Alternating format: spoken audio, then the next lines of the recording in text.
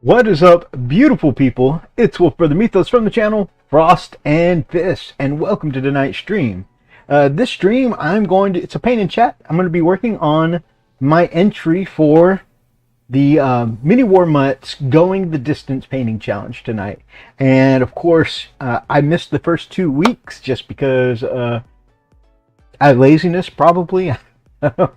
And, you know, some other stuff came along. You guys know how life gets in the way sometimes. But I have a late entry, about 24 models.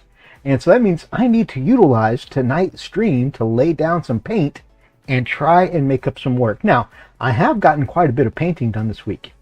Funnily enough, I actually started with something that was already on my desk and close to done that I didn't include in my vow for some reason, even though Mini Warmutt said most, you know, like partials count.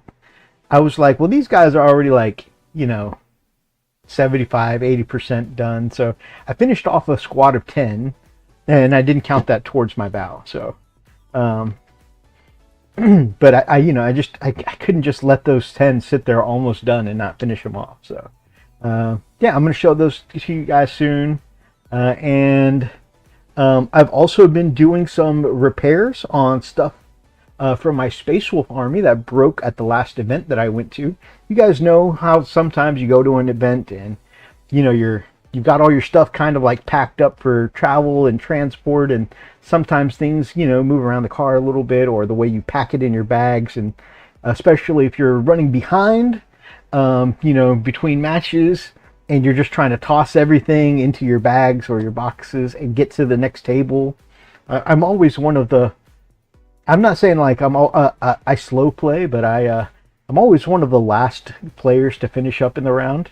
And so, you know, just some things tend to get tossed in, you know, as carefully as I can, but, you know, I am kind of rushing. And so, anyways, I did have a few bits and pieces that broke off and needed some repairs, you know, touch up and paint. One needed a whole base replacement. So I was kind of doing that as well this week. But I feel like overall I got a lot of stuff done. We'll be looking, you know, when we go into my hobby, you know, poke chop, what I've been up to. We'll take a look at all of that. Oversoul Gaming, my brother from up north. I'm at work, but I'm here. I have YouTube Premium, so I can minimize the app and just listen in the earbud. That's awesome, brother. Thank you so much for dropping by. Yeah, it's so good to have you in the chat. Of course, I totally understand at work your participation is going to be limited, but I appreciate you dropping by all the same. Hellworks, let's howl. Woo! Sorry, guys. Anybody listening on earbuds, I try not to do that too loud. But anytime I see the howl, I got howl. Just like in was it Zootopia? You know, you're going to start a howl. I didn't start a howl. Oh. I love that movie. Ultramarine, who took my dice? Ultramarines and beyond. Have a great night, my brother. My brother. Hey, you have a great night as well. I loved your podcast style show with Edic Beer. You know, awesome to, you know, have a collaboration project with Nick of all people.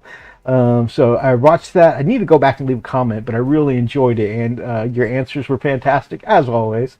So great work with that. If you haven't seen it yet, over on Edic Beer, 40K and more, their channel, you can find them. You can also find Who Took My Dice, Gamers with Coffee, Oversoul Gaming. You'll be able to find all of them down in the link tree below, the Friends of the Frosted Fist. But yeah, so there is an interview slash podcast style show on Edic Beer, Necrons and more. That's what it is. Edic Beer, Necrons and more.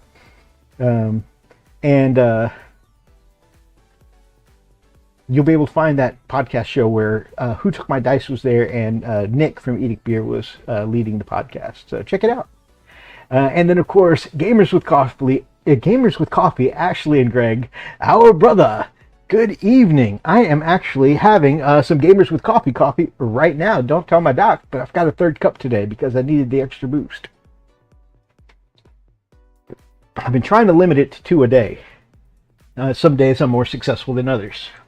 But cutting back from 5 cups a day, I think I'm doing pretty well. Yeah.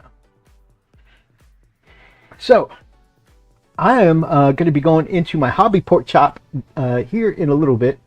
And, yeah, I'm going to have to get some more soon. I'm down to my last little a pack. Like, I got one of those sample packs. And I'm down to like my last little like sachet and a half of coffee. So We do have decaf. I don't believe in decaf. But thank you for the offer. Oh, man. What was I saying? Oh, yeah. So I'm going to be moving on to the hobby pork chop and what I've been doing. But I'm going to go table down for that because I want to show you guys what I've been doing. And I know I haven't done that since, it's been a hot minute since I've done a paint and chat, where I've actually moved the camera, gone table down, and show you guys what I'm painting, what I'm working on. So, ooh, a nice half calf. Very nice. So, but before I do that, you guys let me know, how was your week? You know, what you got for a poke chop? What you got going on? Did you get any gaming in? Did you get any hobby in? Let me know, guys. I think part of this, the beginning of the show, the little hobby exchange, you know, talking about what we've been doing, what we've been gaming on, is actually kind of my, you know, one of my favorite parts of the show. Video game wise, I have, this week Saturday, so while I was out and about with the wife and kiddos, we stopped at a couple of places. You know, we went to just some of our favorite relaxing spots, cafes, and took the girls to get, you know, their waxing done, their nails done. And so anyways, you know, of course, you know, I had to get coffee while I was out. You think he's late for the party because the port got him last week. Hey, got some painting in. Very nice, Ashley. I think you guys had a midweek painting stream, if I remember correctly, and I went back to look for it, but I didn't see it. I like watching your stuff. You like sometimes the next day if I don't catch it. But yeah, I didn't see the. I mean, if I'm correct that there was a midweek stream, but I also watched. I need to go back and leave a comment, but I watched your Alpha Strike because that is the version of BattleTech I'm most interested in playing, and it was good to see, you know, your guys' battle. So that seemed like a great game. I really liked your two big tanky mechs taking on Greg's, like, what was it, 4 or 5 little fast ones, including my favorite, the Phoenix Hawk, and he got in there and he did like 3 damage to one of the big guys. So that was cool. And Clint finally got his BattleTech Kickstarter. Very nice. But what I was saying is, you guys may have seen on the YouTube shorts or in the Discords or whatever, I've been painting quite a bit of Star Wars Shatterpoint. Or you guys have also seen kind of, you know, on the stream here a couple of times. So I've been painting some Star Wars Shatterpoint. And that put me in the mood to go back and play my all-time favorite Star Wars game, Knights of the Old Republic. And so I finished that while I was out and about with the family last week. While we're at the, you know, the nail salon. And then I immediately started on Knights of the Old Republic 2. And I'm in the end game now, like on the final planet, so. That's been pretty much my gaming. Of course, one of the ways I always spend time with my wife is we like to play Overwatch 2 together, so I've done some of that. But that's it. Not a ton of gaming other than, you know, like I said, I'm playing Knights of the Old Republic on mobile, so, you know, I can just sit on the couch or, you know, just whenever we're out and about places, I can fit it in. And normally I would say doing that much gaming in a week eats into my time. However, I really feel like I did get in quite a bit of painting, so, and it wasn't like, you know, I just did like you know, sat at my desk for huge hours of time. The times I do spend at my desk, I think I just budgeted my time pretty well, wasn't super distracted, and just, you know, put my head down and worked, so, kind of worked out.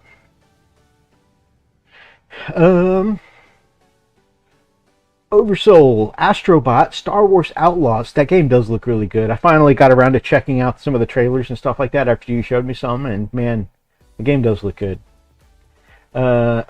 Outlaws, Dustborn, Plucky Squire, all solid. Astrobot might be game of the year. Holy crap, that's crazy. That's awesome. Also, Oversoul is retiring his Let's Plays in a few years, but he appreciates the shout out regardless. We'll be doing stuff. Gonna use Danganronpa V3 as a grand finale. Ooh, I do love some Danganronpa. We had to take the stream down. We had music playing in the background. Oh, okay. I totally get that. BioWare classics. Yes, the Knights of the Old Republic games are some of my all-time favorites, and yeah, so that is just like top tier, BioWare classics for me. Health-wise, I think I'm going to keep since I'm making changes, some life changes. I've been, after going to the hospital a few weeks ago, trying to make diet changes. Started working out again this week, like, some heavy workouts. A buddy of mine, he's a police officer, and he is a former trainer for strongman competitions. And so he is my training buddy slash, motivation workout partner right now. And it's been awesome to have.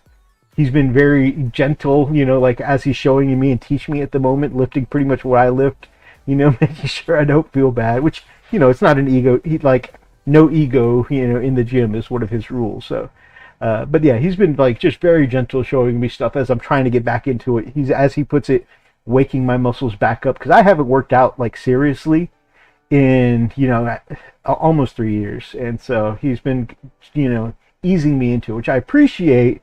I did, however, I was doing squats, during our workout on Thursday, and man, so second day of like heavy working out, and I went for my third set of squats, and I was at the bottom of the squats, and I'm like, my base doesn't feel right. It's a little too narrow. I need to, fix my stance when I get to the top. Boom!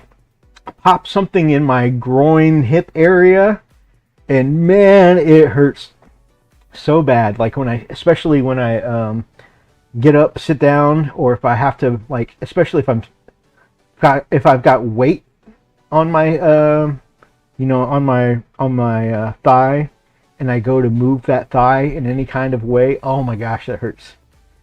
So yeah, like trying to do right, get back into working out, and man, I popped something in my groin. Pain. But I'm gonna get back to it. Even then, my friend gave me the option of calling it a night and going home, and I was like, he also offered, if I wanted to, we could keep going and just do some modified workouts for the rest of the evening, just light stuff that wouldn't put any pressure on my hip, which I appreciated him, taking care of the injury, looking over my injury, taking care of it, and modifying the workout, because I still wanted to put the work in. Even though, I hurt myself like a genius. But yeah, it's good stuff. I'm looking forward to it. And I know I've only been doing the diet changes for about 3 weeks now. And I've only been doing the exercise this week. But I feel like I'm already starting to see just a little bit of positive change. So, and of course, my blood sugar numbers are looking really good. So I'm really, really pleased where things are going in this direction. Not going to talk about it too much because this is a gaming channel and I don't want to preach about, how things are going for me health-wise. But I'm just saying, after my little scare with the hospital, things are looking better.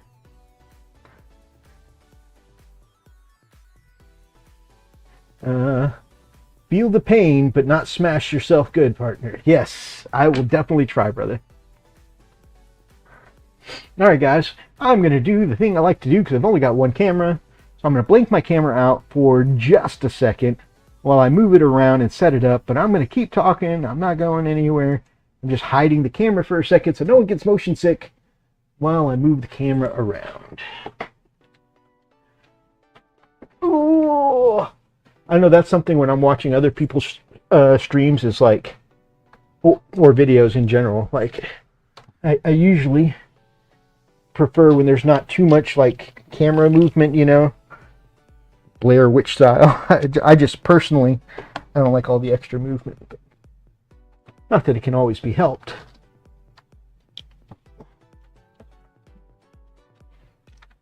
Ooh.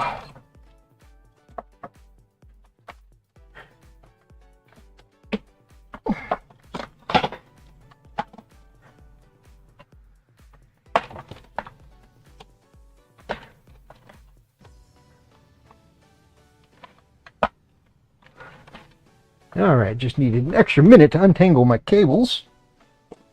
But I think I'm alright.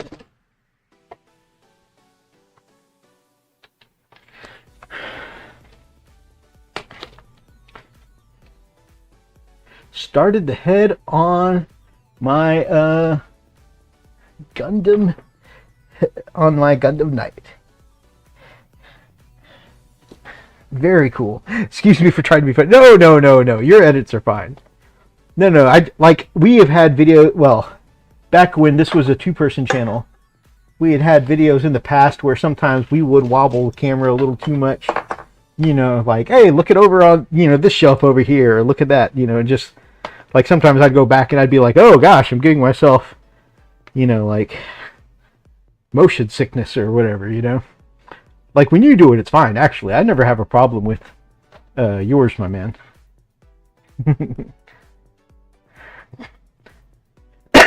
Those of you who don't know, the Gundam Knight comment, Iron Warriors, right? Not Iron Hands, Iron Warriors. Hellworks. Yeah, pretty sure. Hellworks has bought a Gundam to convert into an Imperial Knight to go with his Iron Warriors. That's going to be super epic.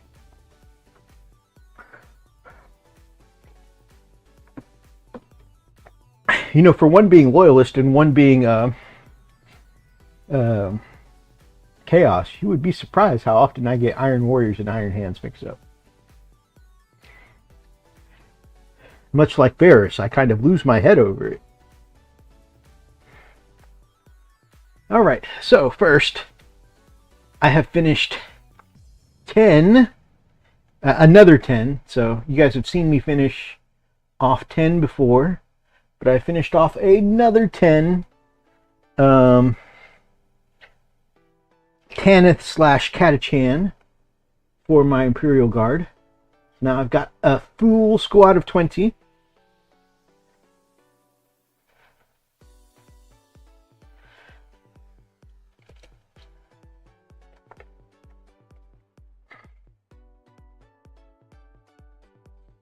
I actually may find another stand, because I feel like this camera could stand to be a little higher.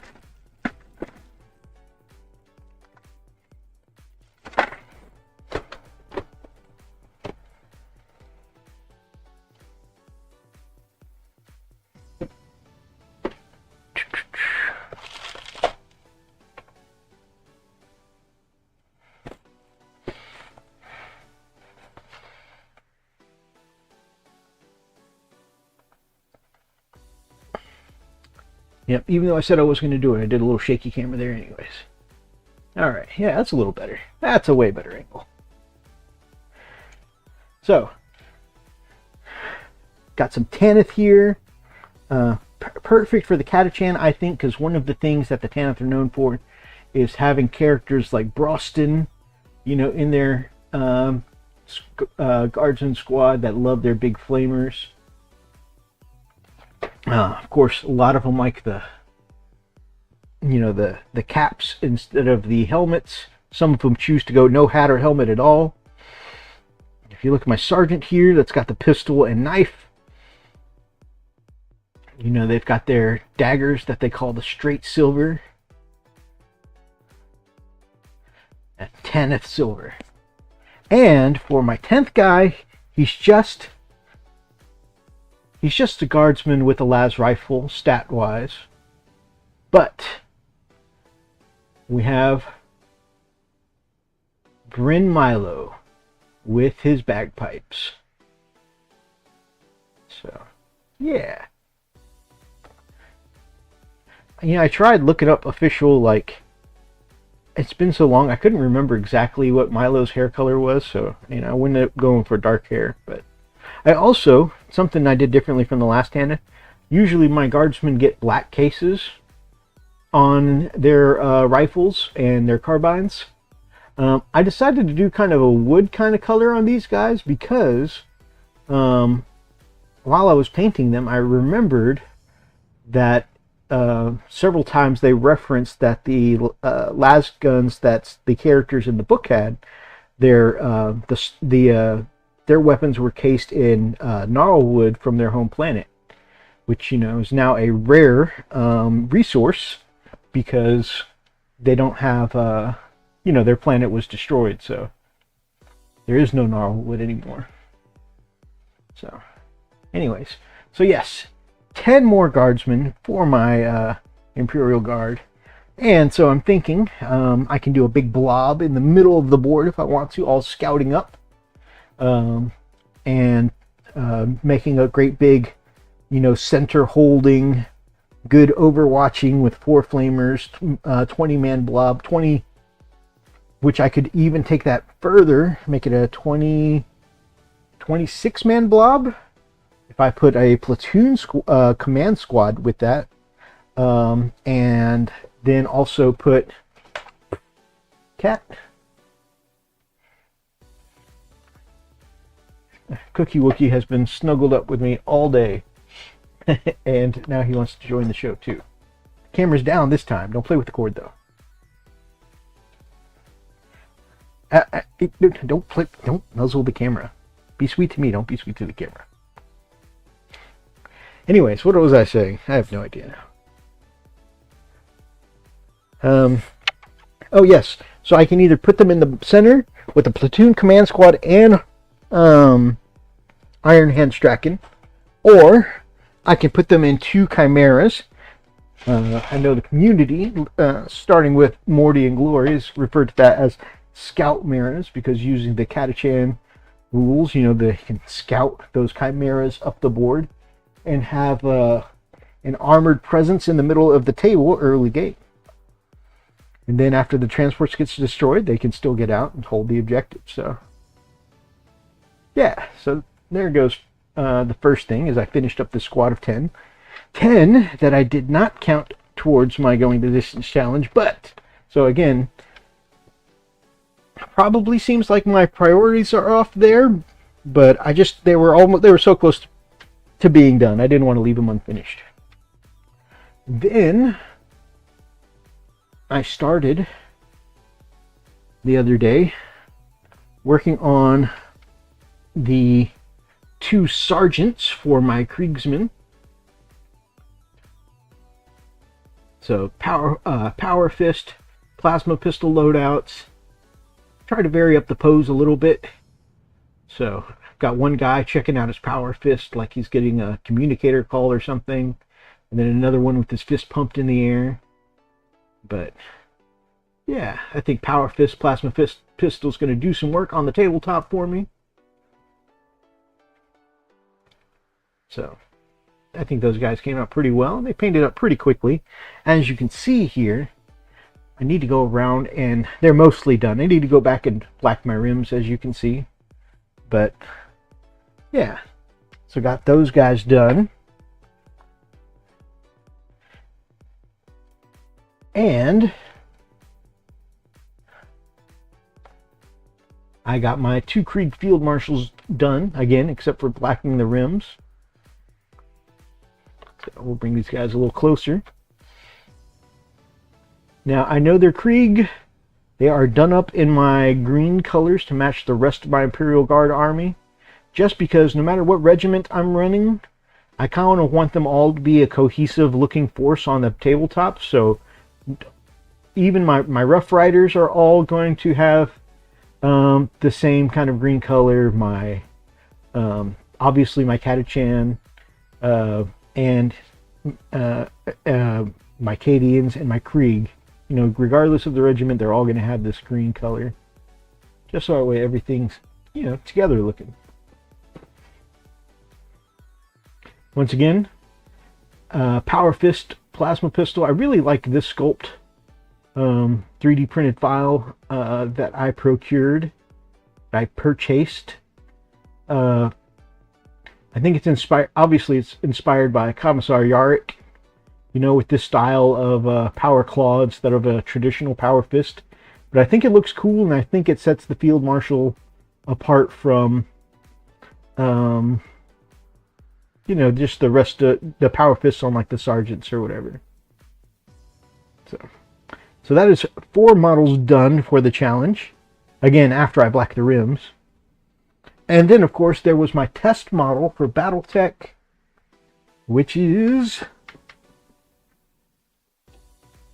right here. And this is the one model I had finished up for Battletech, and kind of my test of my synthwave recipe. You know, trying out the new sauce.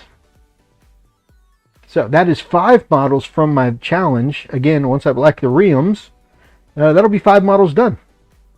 So that's for 1 week. That's not a bad start to what I've done. I've also, like I said, started making repairs of some things that kind of took some damage during the last event I went to. I had some minor repairs on one of the dreadnoughts, but I've already put him back up, so he's not ruined. There's my Herald Deathwolf. His entire base had parts that came off, so I ended up rebasing him. And part of it was because I used actual stones on his base, which made the base way too heavy.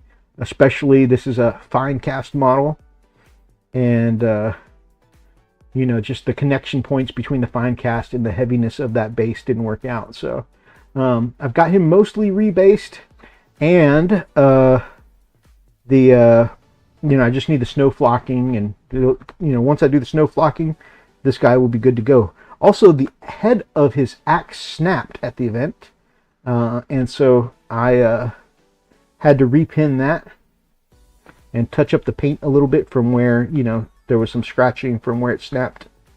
You know, sand it down to make the snap points nice and smooth again. So yeah, Herald Deathwolf, he was repaired this week. Again, not part of my challenge, just showing you what I've done. Oh man, I am really getting that wobbly camera. See, I was just talking about this earlier. Here is my Wolf Lord Mythos. I am so sorry, guys. I'm just having some camera trouble right at the moment.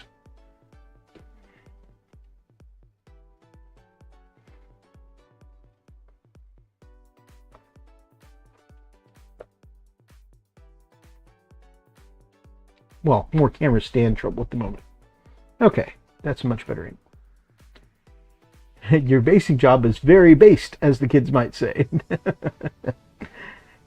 Here, I had my Thunder Hammer snapped off as well. So, yeah, I guess definitely some more care could have been taken at this event I went to. But again, like I said, I was running behind and just kind of not being as careful as I should have been, putting stuff back in my cases, traveling between rounds and stuff like that. And I guess I was bound to have an accident or two.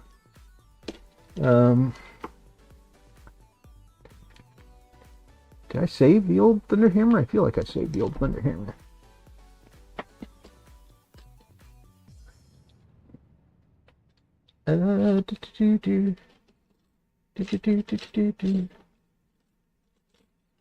Okay, well, I can't find the old Thunder Hammer, but it was fully painted and it broke, and so I replaced the hammer. I wanted a nice big hammer, you know, kind of Thor style, as far as not like handle size, but like I wanted the head of the hammers to be pretty big, kind of Thor feeling. And so I took this hammer from one of my Stormcast Eternal Paladins I still had, new on sprue. And so that got painted up. And of course, you know, like the arm had to get changed out because, you know, as you can tell, this is based off the Herald Deathwolf model, which is also fine cast. And so where the arm snapped off, you know, the fine cast was not great texture wise. And so, yeah, I had to took some sanding, some fixing some paint where it chipped away from the break, and, you know, got a new arm pinned in place, did some filling with green stuff for the elbow joins. And so, yeah, he is repaired, good to go.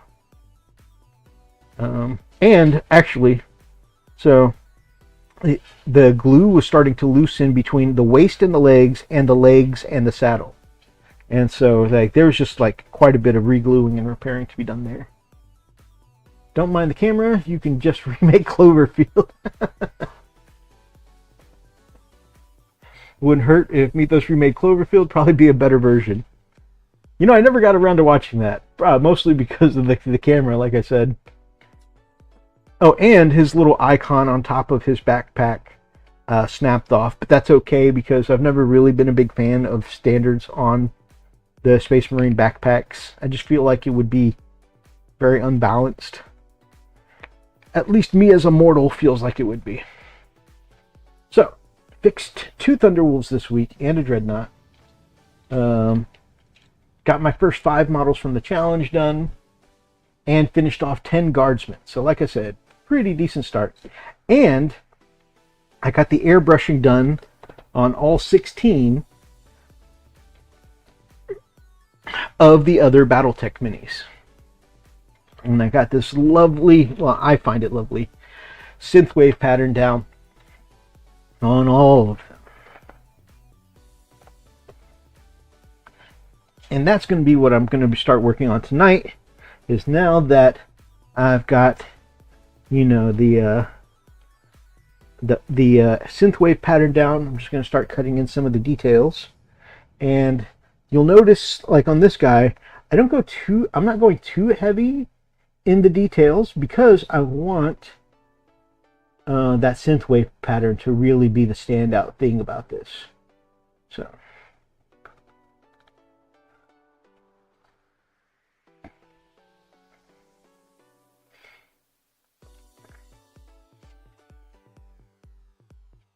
But yeah, you can see just a sea of synthwave. I was rocking and rolling with the airbrush this week.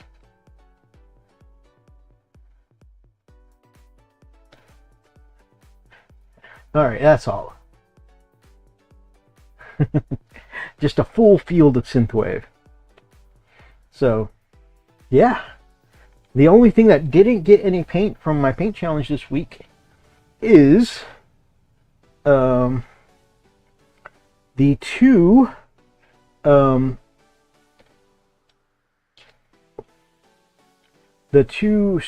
classic metal Space Wolf Terminators that I stripped and restarted. They are still bare metal. And because I've got some new paints in. Actually, I'm going to show you guys those in a minute.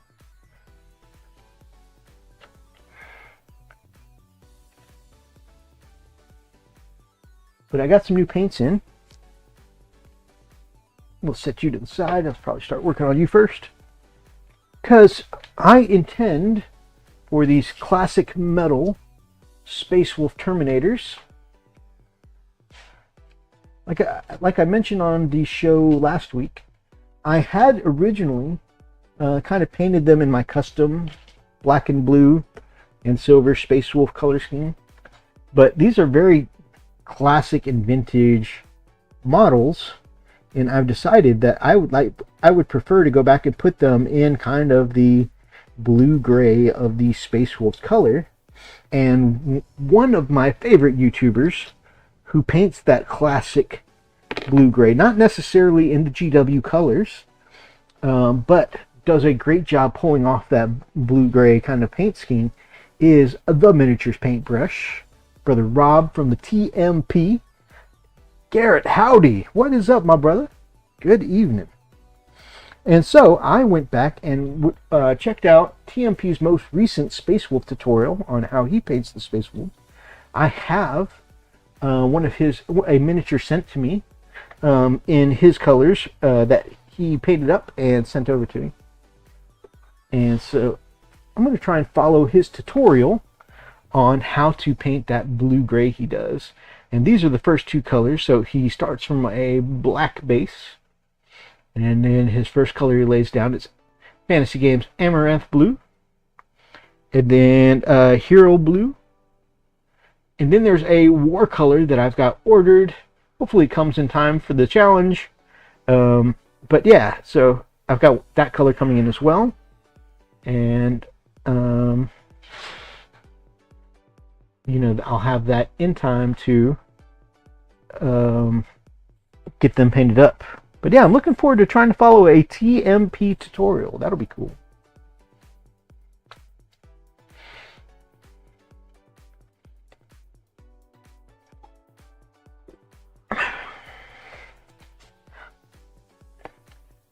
So the other thing is I've been using Vallejo's surface primer for everything, but on metal miniatures, I honestly, and like a lot of like resin miniatures, I feel like I get the best like grip for my paints to stick to the minis without chipping or rubbing. I feel like I get the best grip from rattle can primer, and just doing it really lightly, of course. You know, it says on the tin, helps it bond to metal, you know, and other stuff. And I don't know, I just feel like I get the best grip from rattle can primer when it comes to that. So I'm gonna pick up some rattle can primer to start off as my primer for this. And I know a lot of people out there are just gonna say that if I need, you know, if the surface primer isn't working for me on metal miniatures, that's a skill issue. And the thing is you're probably right. I don't really have a whole lot of idea what I'm doing. I just kind of go with the flow.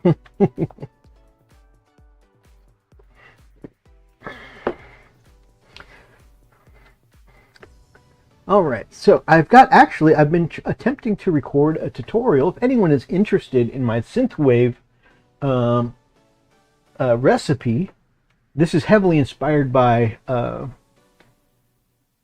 Heresy for Heretics, although the paints themselves are not the exact same paints he uses. It's just inspired by. But basically, I start off from a black base. I dry brush it with a bright neutral gray from Pro Acryl. So there. Then I spray it mostly, except around, you know, the crown area where I want it brightest. I spray most of it with Pro Acryl Blue, and then I use my favorite fluorescent paint, Golden, Golden being the brand, Golden High Flow Acrylics Fluorescent Pink over the top. And as I shoot it down over the top, you know, of course, I start off with light dustings, and I build intensity towards the top here, and then anything that really sticks out, like the tips of the feet here, where he's kind of standing forward. Other poses I have where they've got like a leg sticking back, you know, I try and catch that. Just, you know, basic highlight areas. But the really cool thing is that, you know, most of it is just changing the intensity. So, you know, like there are some areas where like his chest armor right there is keeping the abdomen from being hit. So it's going to be mostly purple and blue there. And then you're going to get a lot of the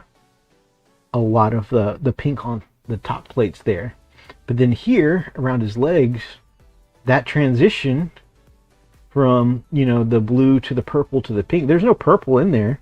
That's just the fact that fluorescents are kind of see-through, and it's just lightly dusting and coating that that blue, giving that beautiful purple gradient. So anyways, I like the synthwave, and I'm really pleased with how my first kind of foray into synthwave is going.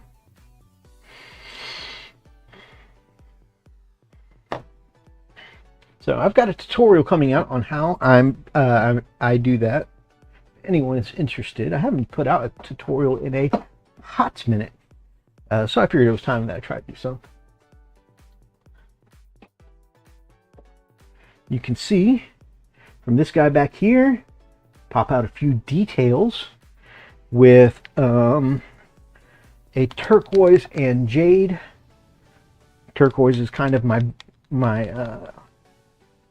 base color for it, and then I highlight with the turquoise.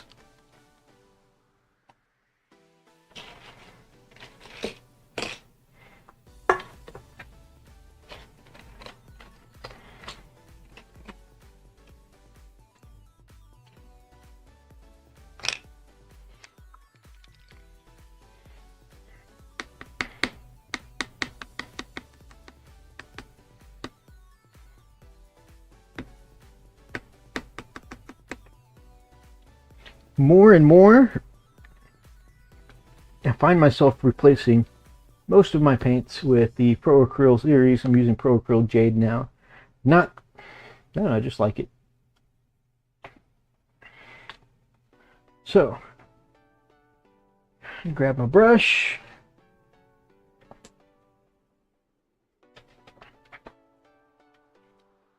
See, now I've caused a problem because this camera's trying to pick between focusing on the paint and focusing on the miniature. There we go. Alright, so I think the first detail I'm going to cut in with the green is the barrels on these weapons here.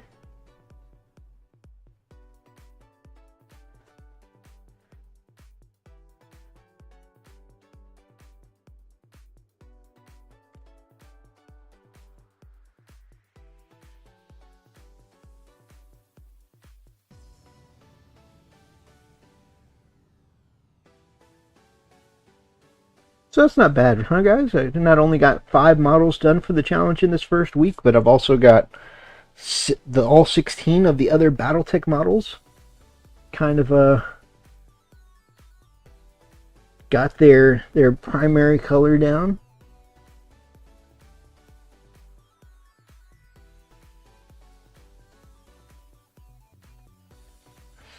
It's funny because my wife saw me kind of, painting a little more than usual, and she mentioned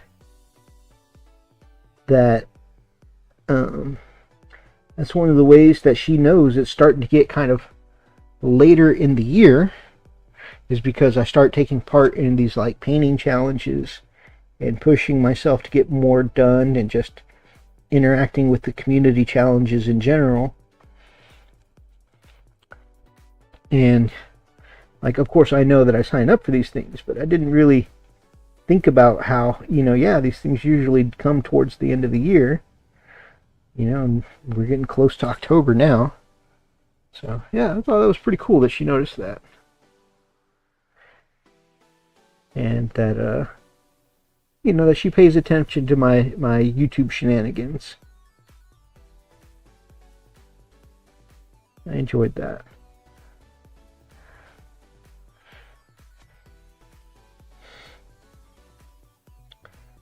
I gotta say, it's like she's always super supportive in my hobby, but I don't know, I just felt seen in my hobby, super cool.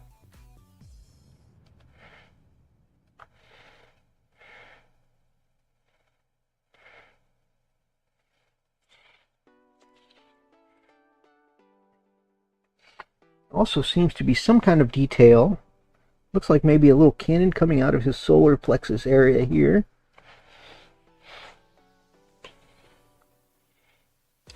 That was my other white and orange cat, Jingle, trying to climb up in Daddy's lap while he's painting. But request was denied. I'm trying to get that paint down for this Mini Warmutt challenge.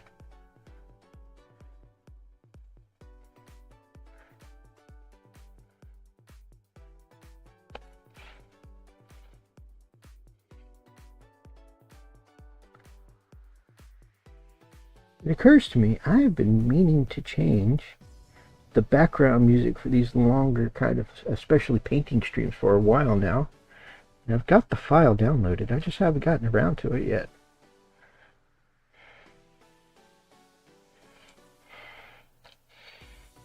Okay.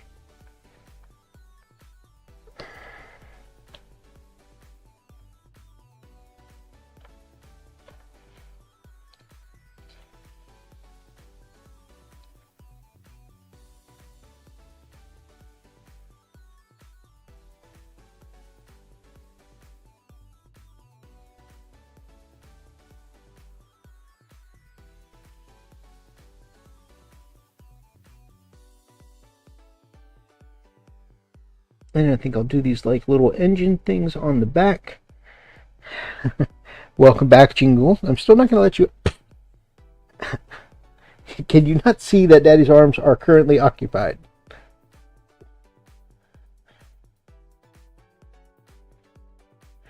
He's like, request denied my ass. I'm getting snuggles.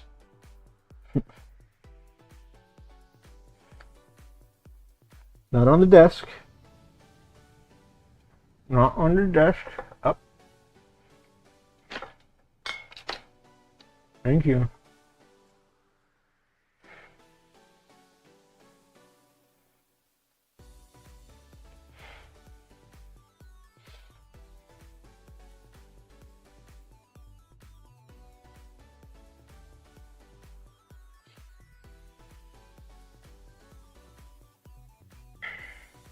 Now, I know the smart thing to do would be to assembly line and to just go to each next model in the lineup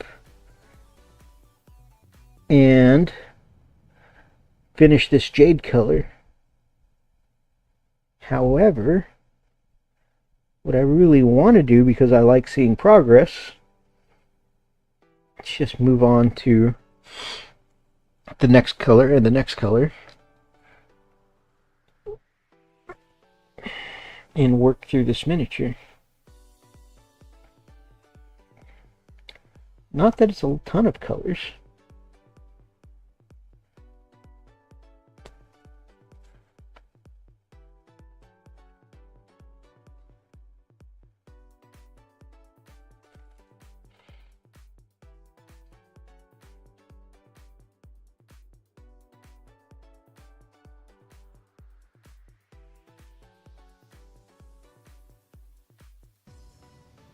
Oh, another hobby item I did this week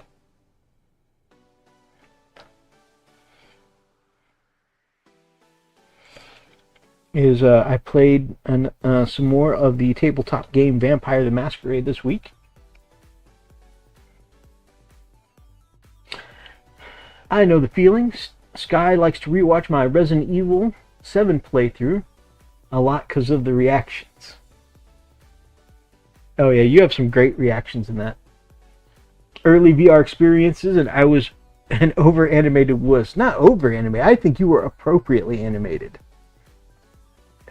The reactions are why I love watching you play scary stuff. Must be a cat, lol. My mom got a new cat, Snickers, who begs for uppies like a toddler. Paws outstretched and everything. Yeah, exactly. That's exactly what my boys do. Especially if I'm in the kitchen for any reason. They love to come up and get uppies in the kitchen. Specifically Jingle. Friendly Neighborhood Inquisitor. Mythos, how's it going today? I'm doing pretty awesomely today, my friend. Aside from the fact that I popped something in my groin while I was doing squats this week. And, well, that hurts a lot. But other than that, I'm doing fantastically, my friend. I've got a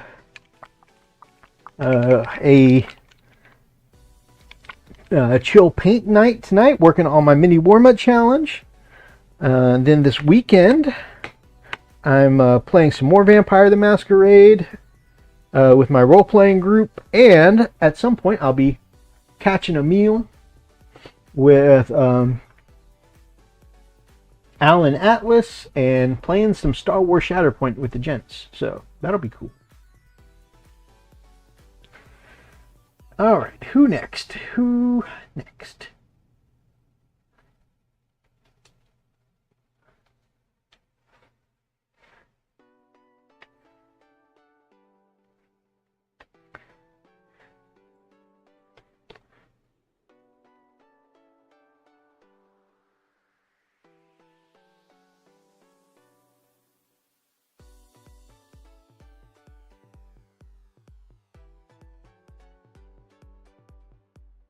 Yeah, these boy cats I was just talking about, Jingle and Cookie, they're I think the term is foster fails. We were asked to hold on to them until our neighbor could find some homes for them because she had to move suddenly, and where she was moving she couldn't have any pets, and they were just born. They were like a week old, and so of course, you know, we agreed we weren't going to just let these babies be stuck out, And then, you know, 1 month turned into 3 months, 3 months turned into 5 months, and then finally, when we had the opportunity, you know, to hand him over, by then we just had grown too fond of the little guys, and so we just ended up adopting ourselves instead of, you know, letting them go to other homes. So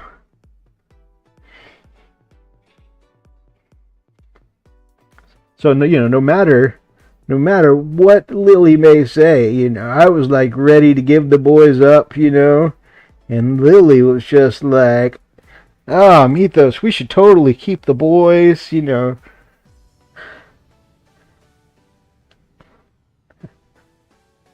They're so young and innocent, and I can't imagine what kind of life that they're going to have in the system. That's how long it took for us to, you know, the shelter. We were only going to let them go to a no-kill shelter, of course, where they would find, you know, homes for them. But because Houston is so overpopulated with strays and stuff like that, the wait to get into a no-kill shelter was forever. And by then, you know, Lily, definitely not me. Lily was the one that was like, yeah, I just can't imagine what kind of life they're going to have in the system. You know, we can't let them go.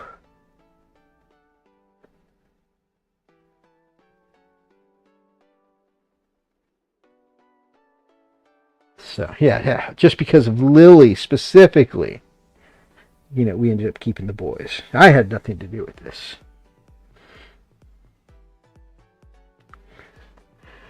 Brother Roxas, yo, good evening, my brother.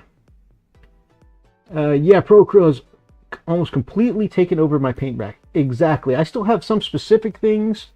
I've got a couple of Vallejos, and I still have like a few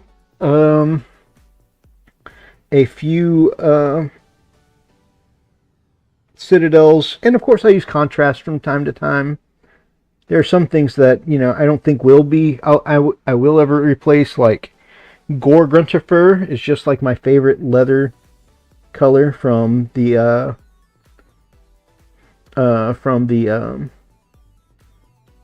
what are they called? Contrast paints range. So I know some of those things won't change, but yeah, for the most part, Pro Krill's like my number. Oh my gosh, I just smacked the camera. I'm so sorry, everyone.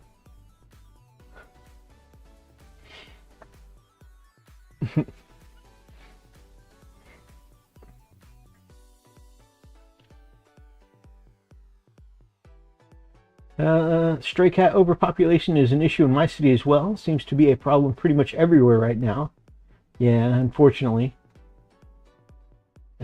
I think it's directly related to people falling behind on their rent payments during the pandemic and then getting evicted when landlords were taken off of restrictions and several pets going homeless. Yeah, unfortunately. I think it's the same way.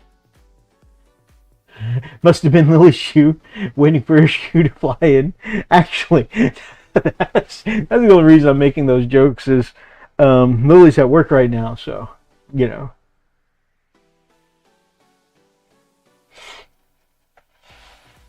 I'm in relative safety for the moment. But she knows everything, so I will be in trouble at some point.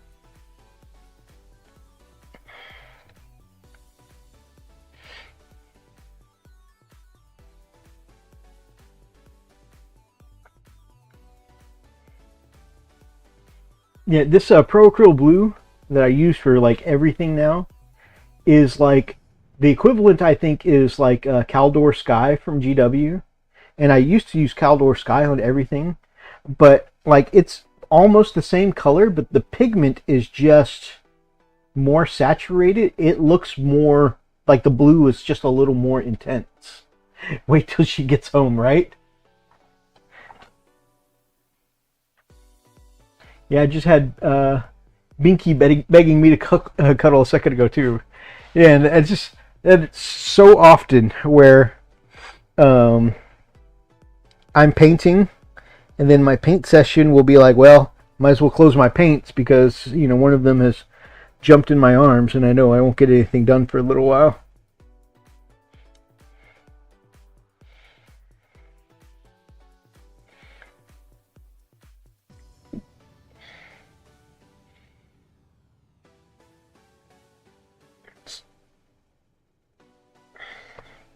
So this spot color of green, I'm using mostly on like weapon areas, and like in 40K, how most of the time we would do our weapon barrels in metallics, and I think in BattleTech often too. These weapon barrels would be metallic, but because I'm doing a synthwave kind of pattern, they're going to be my spot color instead, which is the green slash turquoise.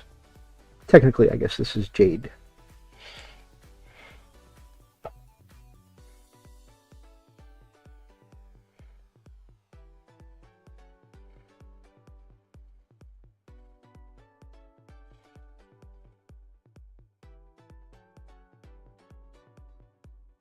A little bevel there. The only downside to doing this while Lily's off at work, you can hear the cats getting uppity with each other in the background, and there's no one to play ref right now. I may have to go break them up here in a second.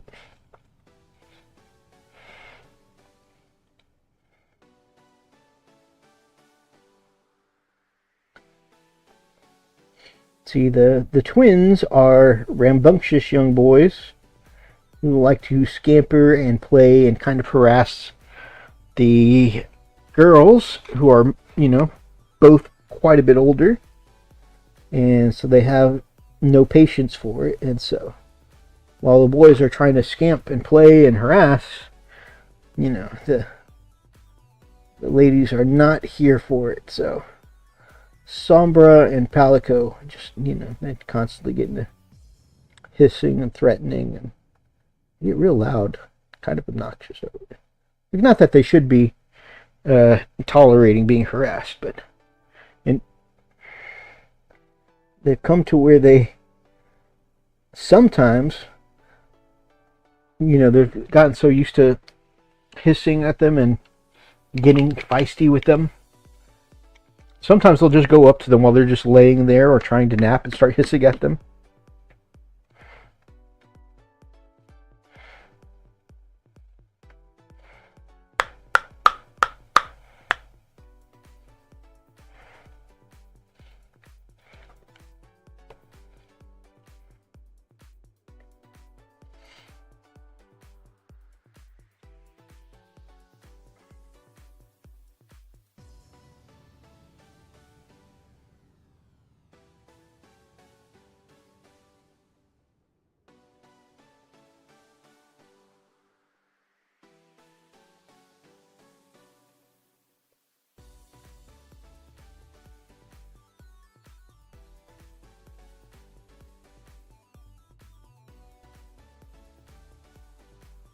Yeah, I'm just starting with my BattleTech minis, and then Brother Roxas, who purchased most of my BattleTech army.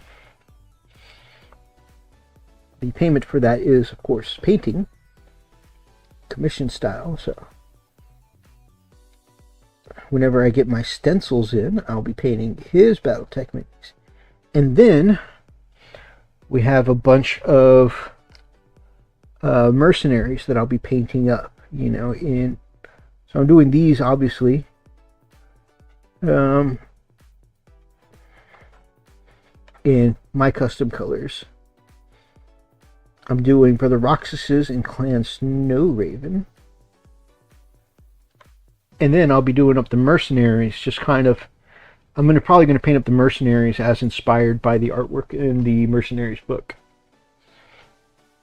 So they won't have a cohesive color scheme, but they're going to be mostly used for like enemies, NPCs during campaign stuff. So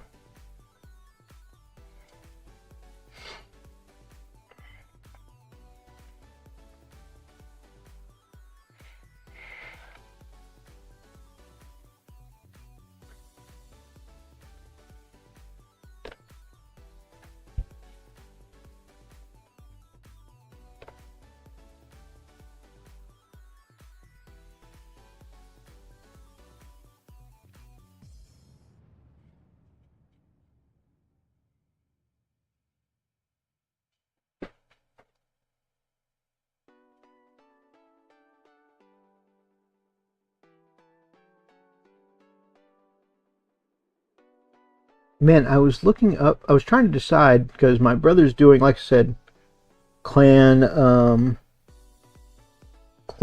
snow. I was just saying it. It's clan snow. Snow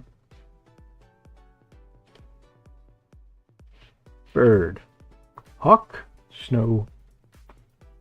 Gosh. Guys, mind the brain damage.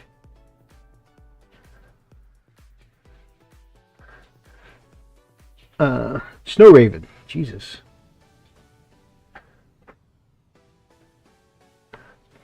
And so I've got mostly inner circle mechs. I do have about 4 inner clan mechs, but most of my mechs are inner circle. And so I wanted to pick one of the inner circle as my faction. And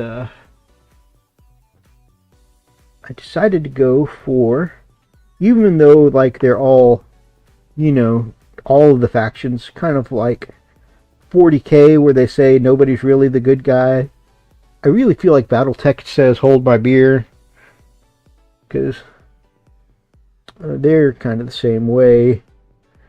You know, at least like within 40k, you're like, okay, well, nobody's really the good guy, but, you know, a couple of these factions are like wearing capes made out of people's skin. You know what I mean? Like, there are definitely some instead of greater good, there are definitely some like greater evil kind of factions, you know? With Battletech, you know, because it's kind of like the Gundam universe, right? It's like all of the conflict stems from politics, and so, you know, it's a very human kind of like they're all bad guys.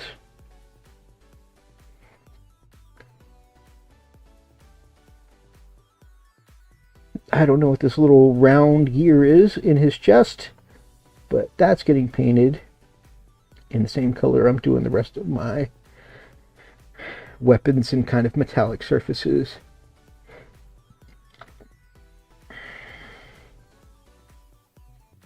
And then these look like tiny guns over here on this side of the chest.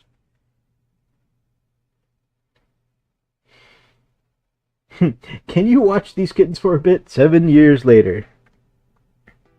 Yeah, that was basically what happened. Like, she's like, yeah, can you watch them for a bit? You know, I can't take them where I'm going, and, you know, I'll help find I'll find a home for them later. And then she tried at first, but when she couldn't get any of her friends to take them or whatever, our neighbor, or our former neighbor at that point, just kind of was like, well, I tried. You guys are kind of stuck with them. You know, do what you're going to do with them. So that's when we got on the wait list for the no-kill shelter.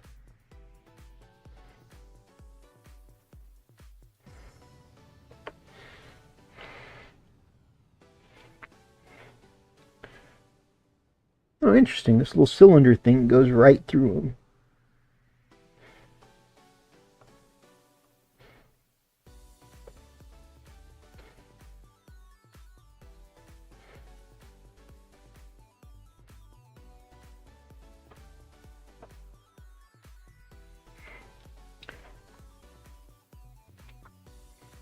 You know, because I've already done the bulk of the coloring with the airbrush, and I'm just going in and cutting just a few details with these guys, this is actually really satisfying.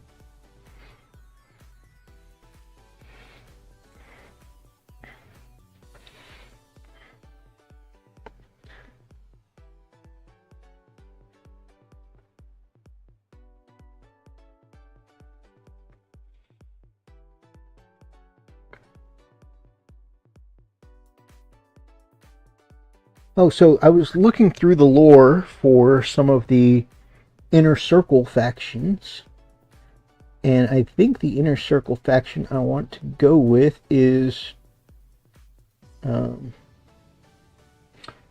Federal.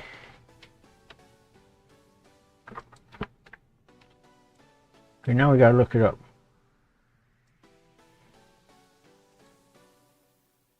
Hey, just saw a news article that said Knights of the Old Republic remake still in active development. Woohoo!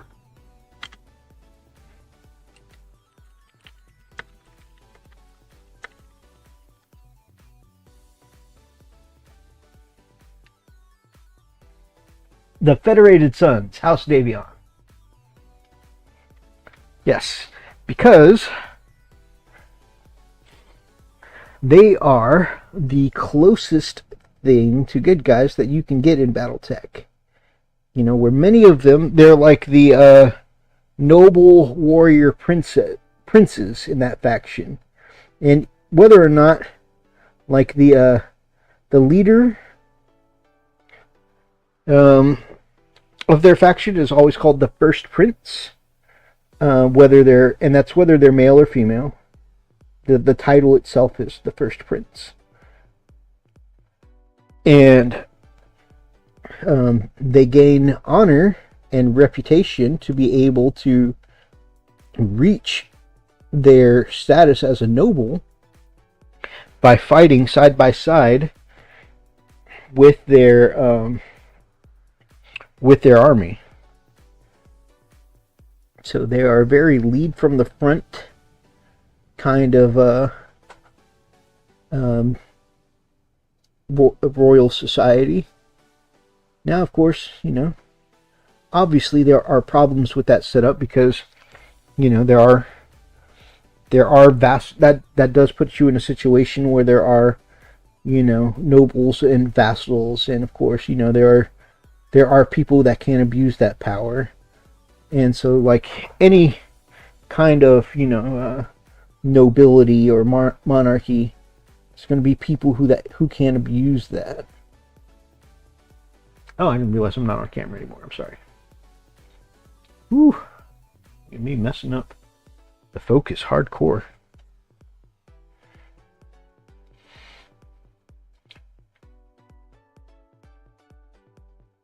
Holy crap, I just realized I was 10 minutes behind on the stream. I was like, weird, is he responding to those messages now? I've done that so many times before.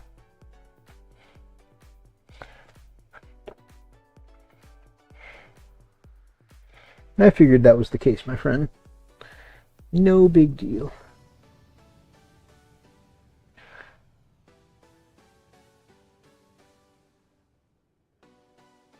But yeah, I like the idea of, you know, warrior nobles, you know, kind of like the whole, you know, it's like a knightly order with big mechs. In a way, not too different from the knight houses in Warhammer 40k. You know, where they ride off to battle on their quote-unquote noble steeds, which are the big mechanical imperial knights. You know, and they are basically, you know, warrior nobles in 40k as well.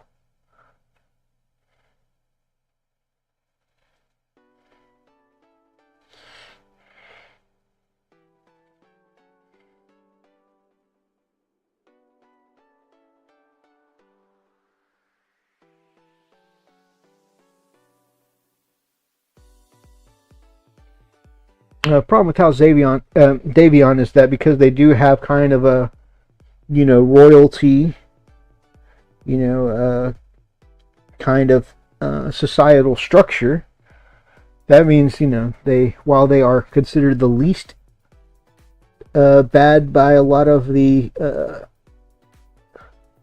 other factions, you know, as far as being good guys, bad guys, they're considered the least bad, and they're considered mostly good guys. It really depends on who's in charge, you know. So just like Game of Thrones, you know, you're gonna have your Joffreys that come in, you know, and are in charge. You're gonna have, once in a while, you're gonna have the more douchey, warmongery, or, you know, not as careful with the common man rulers. This guy doesn't have any weapons, so he's not getting as much spot color. So I think I'm going to actually color his fists in.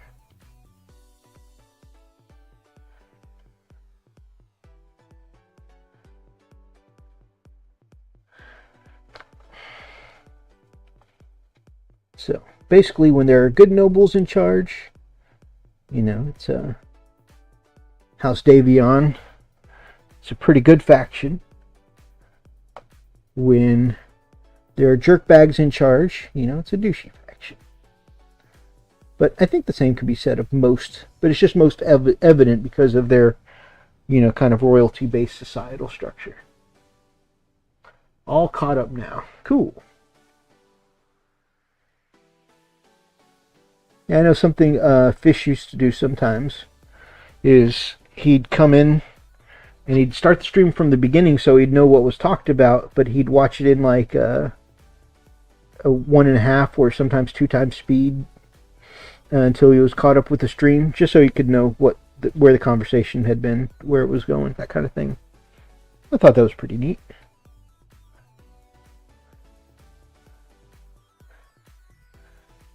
Not that I expect that from anyone, you know. I appreciate anyone who spends 2 minutes with me here on the channel.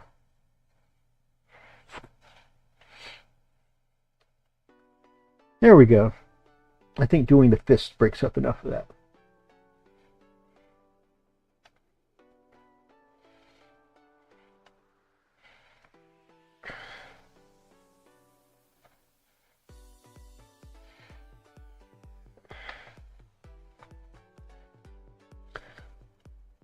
This guy's got like bracelets of missiles and guns. So all of his bracers are getting some green. He's got Popeye forearms of weapons.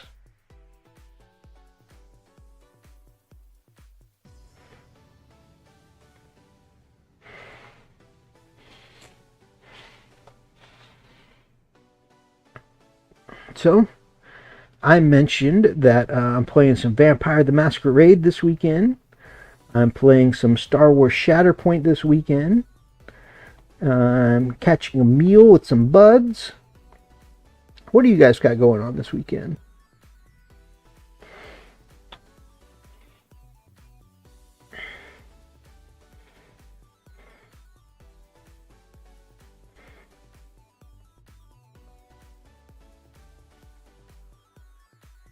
Also, shout out to Lily.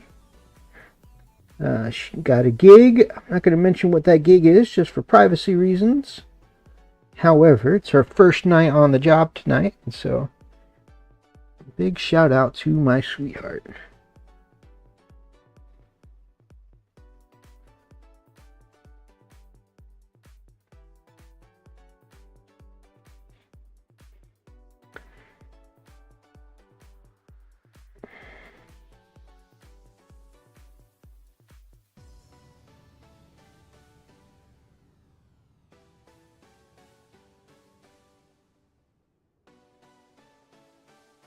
Speaking of video speeds, I saw a clip of the old Beyond Belief Fact or Fiction show where it's John Frakes asking a bunch of questions, and if you put it at half speed, he sounds like every drunk uncle in every family.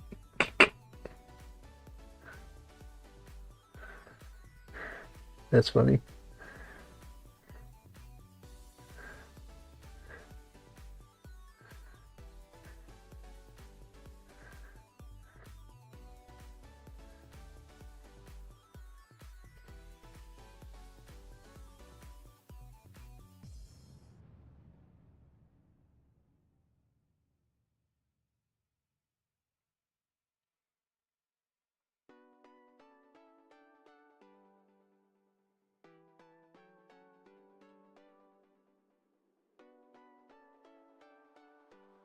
Speaking of Star Wars, I decided it was time to finally watch all the stuff I haven't seen yet. So I'm watching everything, every show and movie in chronological order from the beginning. Oh, that's cool.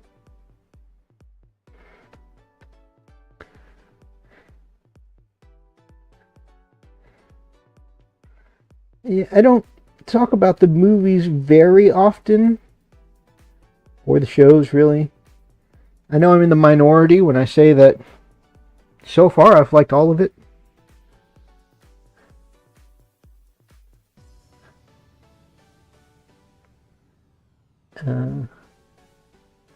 I haven't seen Solo or The Acolyte yet, but for the most part I've liked everything.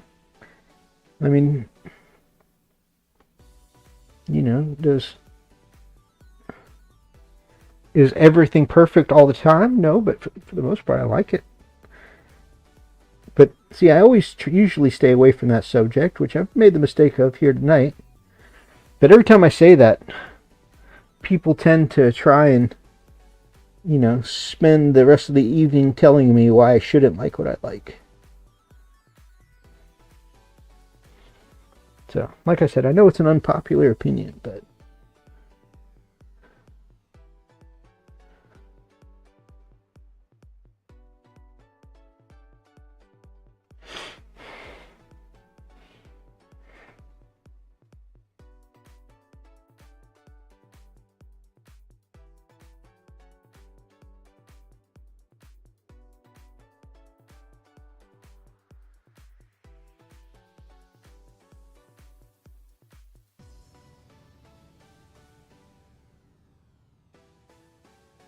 there's a lot of room between 3 and 4 and episodes 6 and 7 to play with. Absolutely. There's a playlist on Disney Plus that lists them all in timeline order. Nice. Also, the games Jedi, Fallen Order, and Survivor and Outlaws are all canonical. Very cool.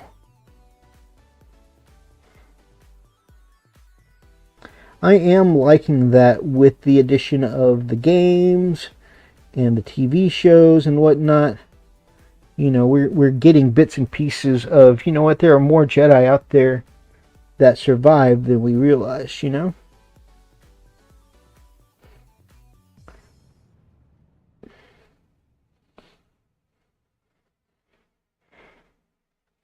And while I am someone that does sometimes defend the more recent movies, not even really defend, just give an opinion saying that I like them. I gotta say, The Mandalorian is my favorite Star Wars thing in the entire Star Wars universe. Well, aside from Knights of the Old Republic and Knights of the Old Republic 2, but that's like 4,000 years before modern Star Wars. But besides those two things, yeah, I feel like the Mandalorian, like in the current universe, Mandalorian is definitely like my favorite thing. Alright, I think I'm going to do something big here. I feel like they're like most of these, you know, I have like either jetpacks or, you know, something in the middle that also breaks up, you know, all this pink armor. I think I'm going to do these big armor plates here in my secondary color instead of the primary.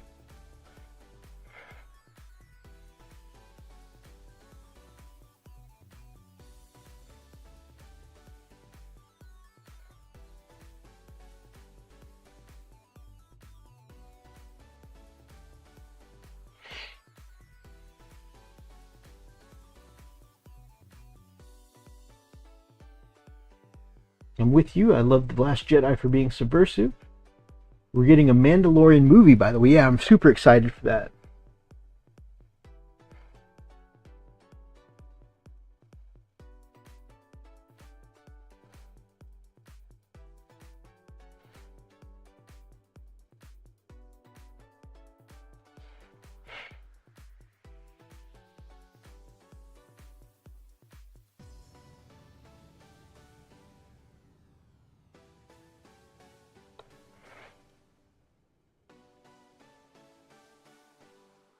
I'm enjoying Acolyte so far. Force Witches is is a neat concept. It comes 100 years before the Phantom Menace. Very cool.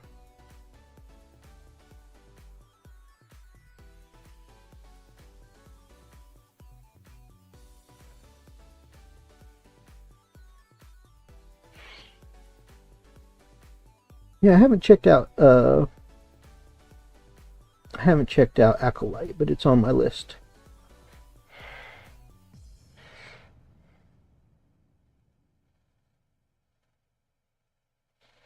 Admittedly, the I was in the middle of watching Clone Wars, and then the Nathan Fillion show, The Rookie, kind of like took over my life. I became obsessed with it for a while. So, as far as like TV watching in the evenings, you know, that's my TV watching had kind of gone to The Rookie. Now I have to wait till 2025 for the next season. So, anyways, that distracted me from what I was doing with the Clone Wars. So I got to get back to watching Clone Wars at some point. But like, as you can see, between playing both of the Knights of the Old Republic games, playing Star Wars Shatterpoint on the tabletop, I'm in a very Star Warsy mood lately.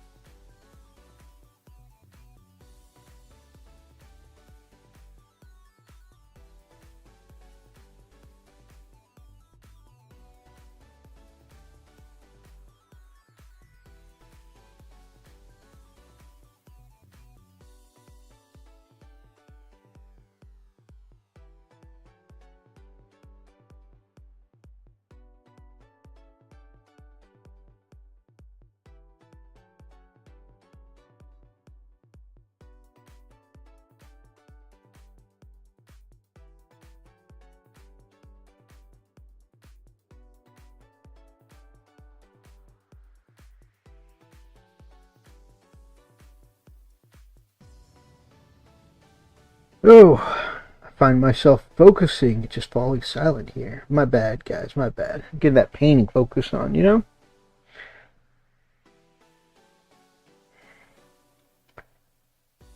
Y'all ever get into the zone while you're painting, and just because you're in the zone, you're like, what was I talking about? Not sure how I feel about doing that much green on the chest now. I guess I'll only be able to tell once I highlight it up later on. Now, it looks much darker than it's going to be. It's just the base. It's all going to come up to this much lighter turquoise, like you see on this miniature.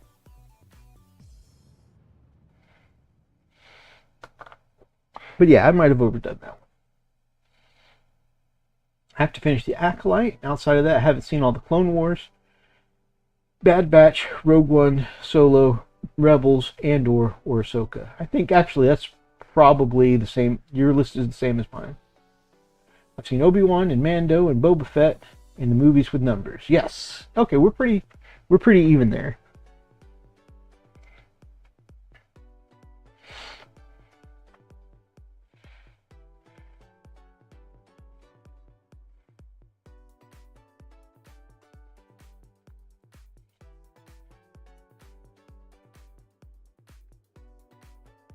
Alright, this guy looks like he's got missile pods on his chest, so we're going to do those.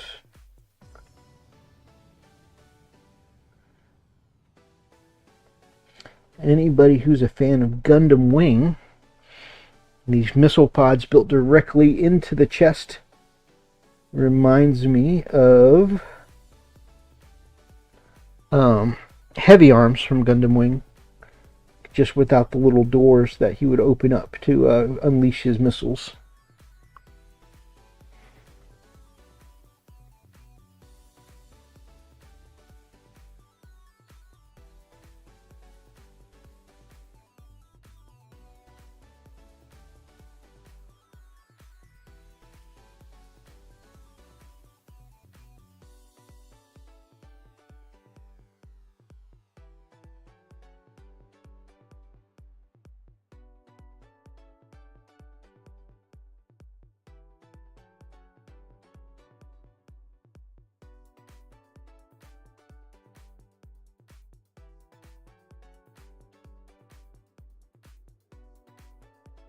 think we're going to do this thing on his helmet here.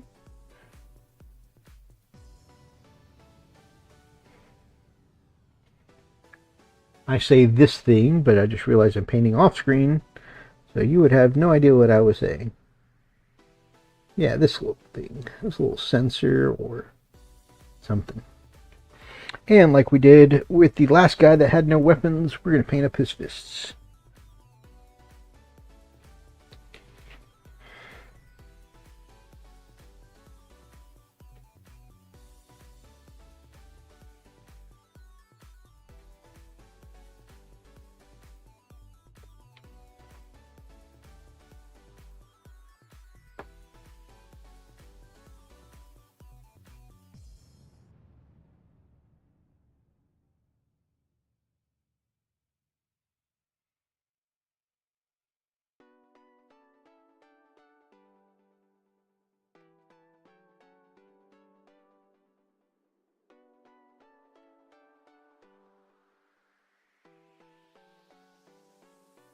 Yeah, I'm looking forward to finishing up Clone Wars and Bad Batch, just because, I mean, I really like the Republic Commando characters.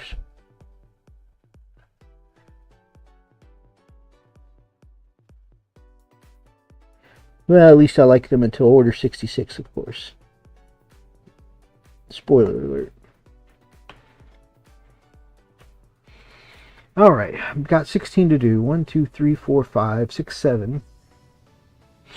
Almost halfway there. Well, 15, because I'm saving 1 to do for the tutorial. So I am halfway there.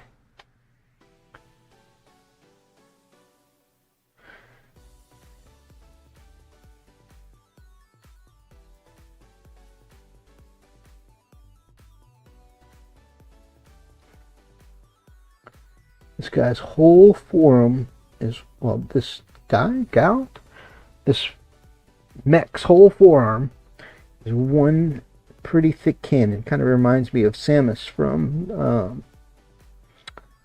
Metroid. Actually, I think Samus's cannon was also kind of like this kind of off-green color. I mean, maybe not this exact color, but like also an off-greeny kind of color.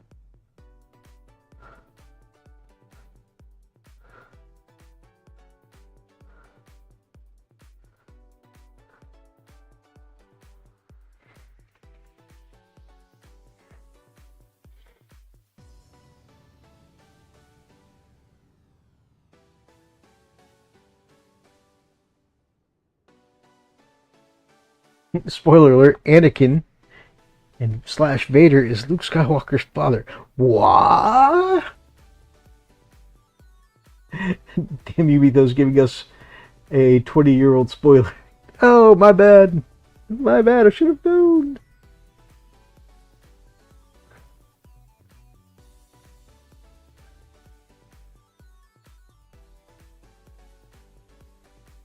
Dude. It just hit me what you said. Are you saying Order 66 was 20 years ago?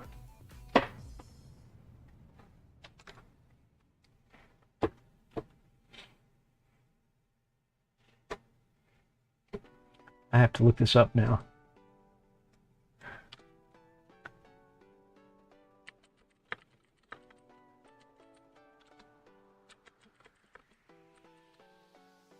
Attack of the Clones 2002.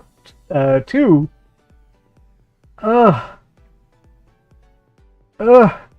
was 22 years ago. Oh my god. Ugh.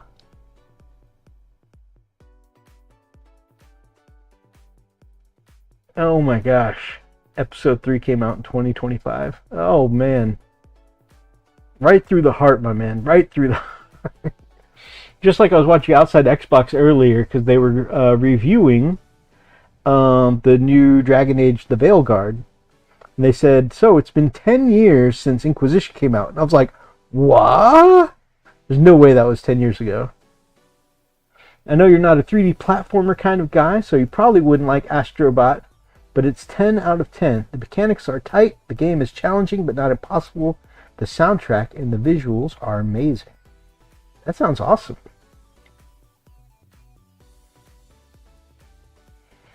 We are further away from episode 3 than episode 1 is from episode 6.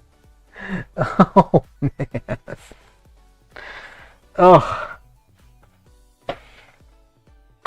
I don't like the passage of time. There's a little bird you can hire on replays of levels to help you find secrets. The bots you save are dressed like the characters from PlayStation history, such as God of War and as old as Parappa.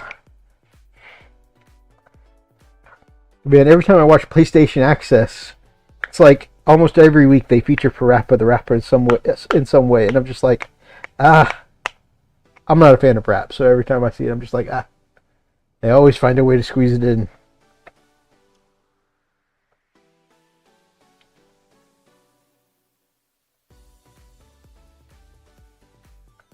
Mr. Zane, good to see you, my man.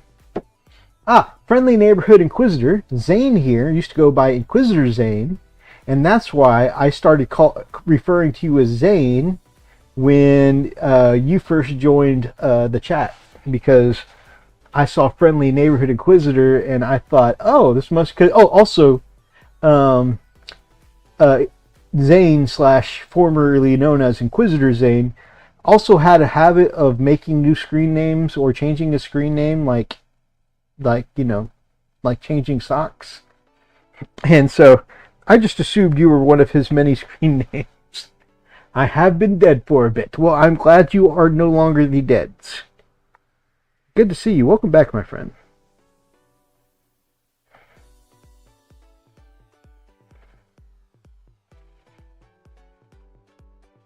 I have like 8 accounts that never change names.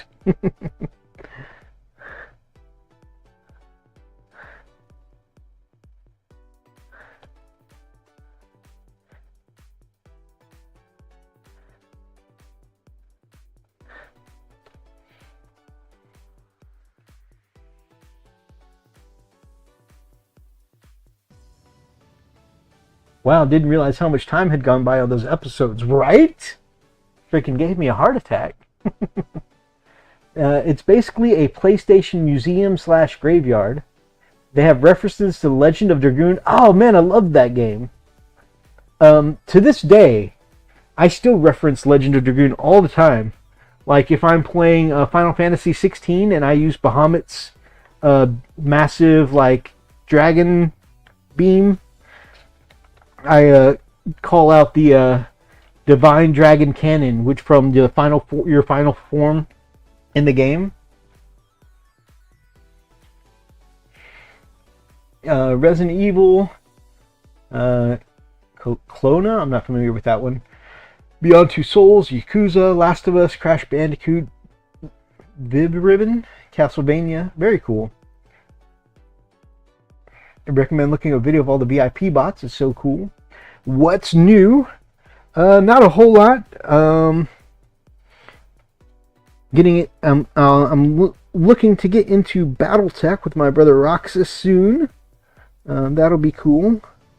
Been playing more D&D and Vampire the Masquerade lately. Painted up a couple of forces for Star Wars Shatterpoint. I'm even... let me show you some of my shiny new toys, fam. I'm even thinking about doing... Well, not thinking about. I am painting up some custom teams for Shatterpoint. Whether or not they'll be any good, but basically using other people's stats to form my own Knights of the Old Republic teams in Shatterpoint. Because Knights of the Old Republic is still to this day top 5 video games of all time. So I have this version of Revan from Knights of the Old Republic. It's not wanting to focus on him because he's so gray.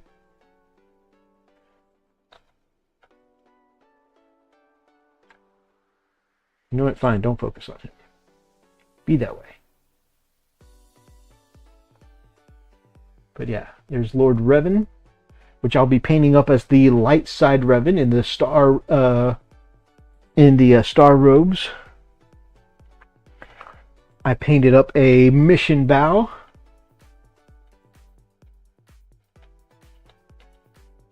I know she's usually seen in a beige and black outfit instead of a green and black outfit, but I gave her a green outfit because in the game I always put her in something called the Ichami fiber armor, which is green, so green and black it is. And then recently I picked up from Etsy, a Bastila.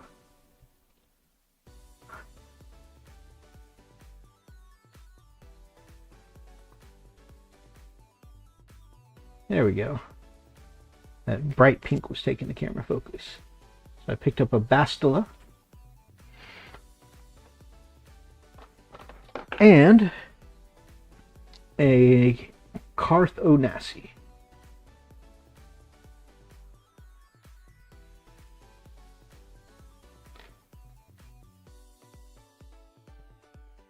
And then I've got some more characters on order, so.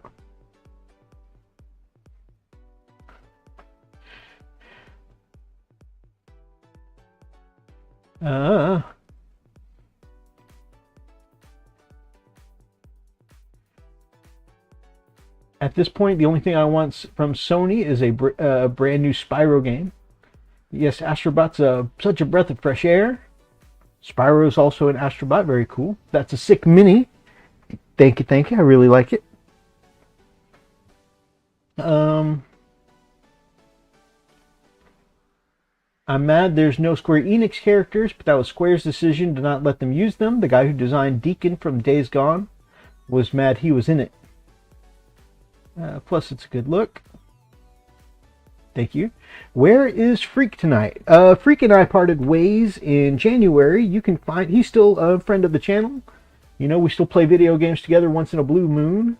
You can find him on his own channel now at vTwin Gaming. Down in our comments below, you'll find a link to our link tree. It's the Friends of the Frost and Fists, and his new channel is called vTwin Gaming. You'll be able to find it there.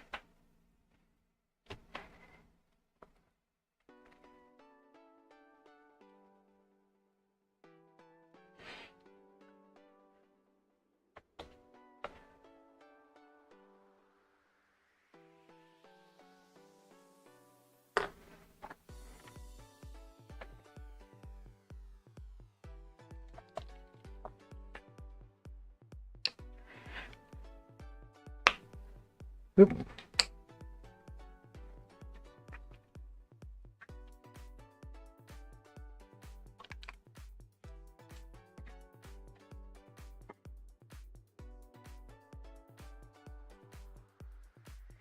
Or longer, the last bit of my life has been a blur.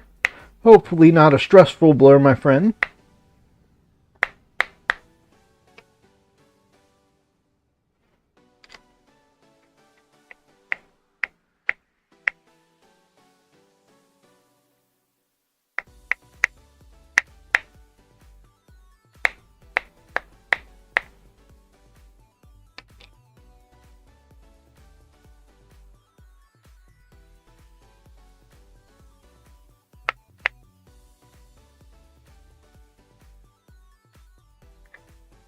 The only thing I don't like about Pro Acrylic paints is sometimes, just sometimes, it can be a little tough to get the paints out of the bottle.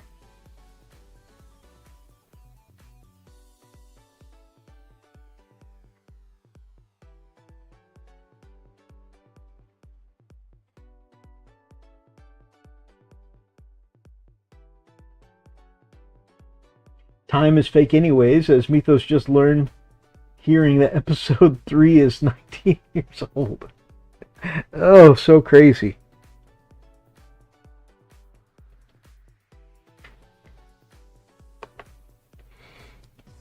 Man, I always knew my time, my perception of time was off, but man, I think it's just because I don't like acknowledging how much time has passed.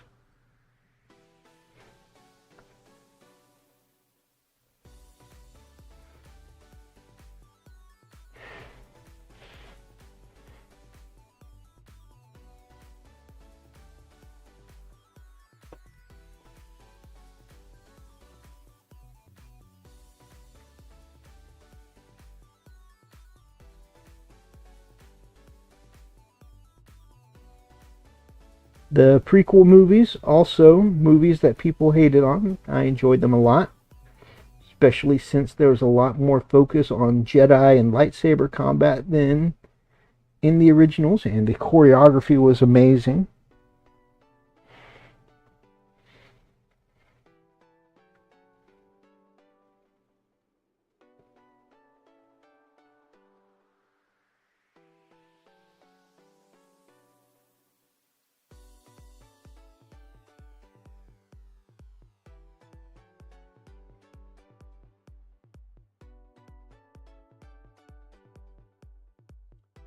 School is stress but fun. Finally setting in after moving states. Gotta keep drama in my life, keep things interesting. Keeps you on your toes at the very least, my friend.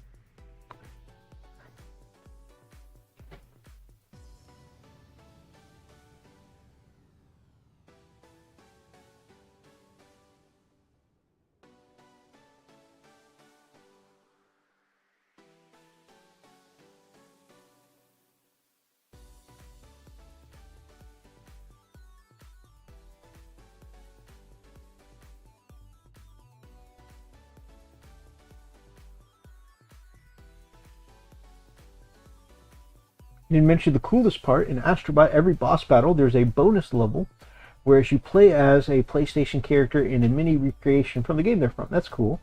Very faithful adaptation each time. It's like the God of War level lets you throw the axe and solve puzzles. The little heart emoji on my screen is like right over. I think it's throw the axe and solve puzzles.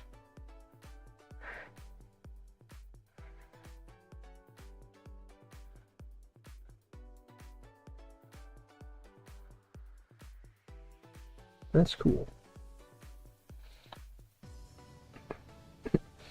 You mean I not only have to platform, I have to do puzzles too?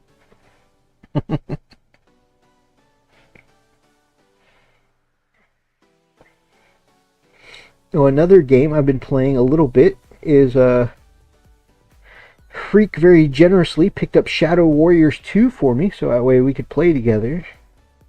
So I think I'm getting close to level 20 on that right now. We've played together a couple of times. So that was kind of cool.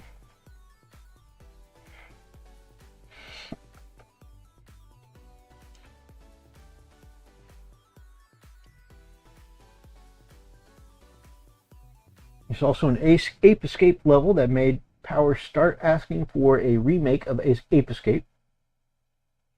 Oh, made people start asking. Now the Zane lore's gone crazy for the past year or so. Not sure how much of it I want to put out there publicly. Sorry for not being around as much. Don't watch much YouTube at all these days. Hey man, if you're busy, you're busy.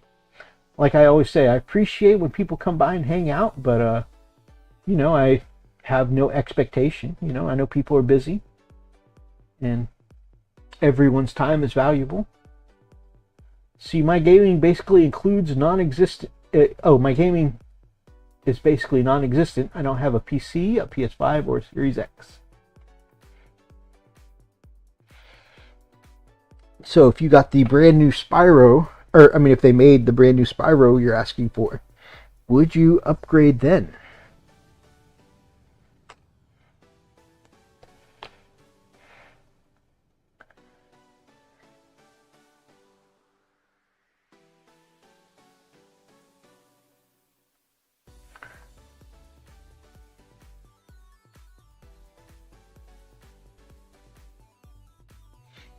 And I have just been such in a zone, painting and hanging out with you guys.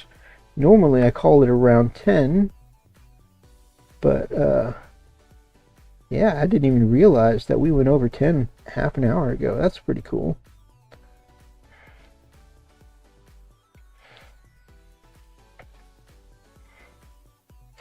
Oh, I plan on upgrading regardless. I just haven't had the money. I understand that. You know, it's funny because, my friend Superfly sent me this meme of Tiger King going, Blood Angels after last weekend's release with the new box set you can pre-order and whatnot, and all the Blood Angel stuff you can pre-order, and the whole bit. I'm never going to financially recover from this. I'm like, I resisted the new Blood Angels box because I'm broke as hell right now.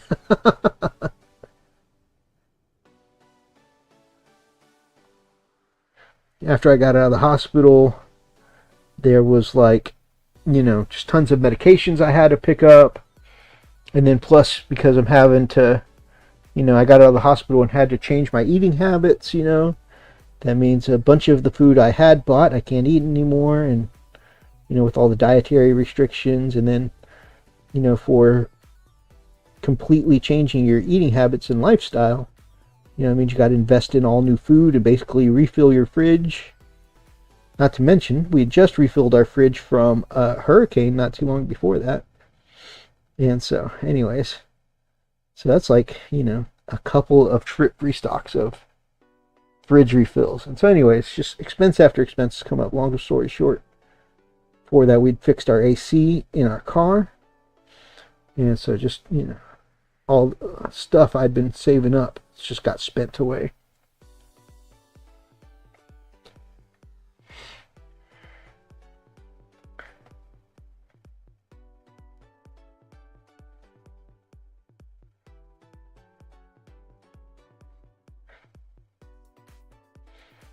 But hey, if you have a phone that can support Knights of the Old Republic, I definitely recommend. One of my favorite games of all time.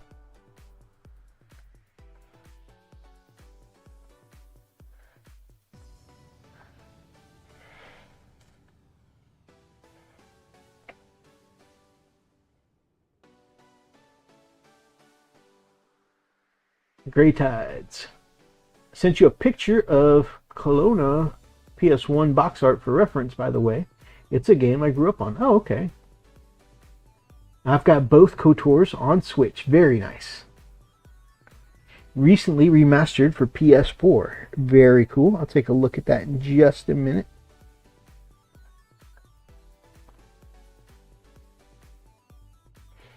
Just want to use up this green paint on my palette before it dries up, and then I'll give that a look over.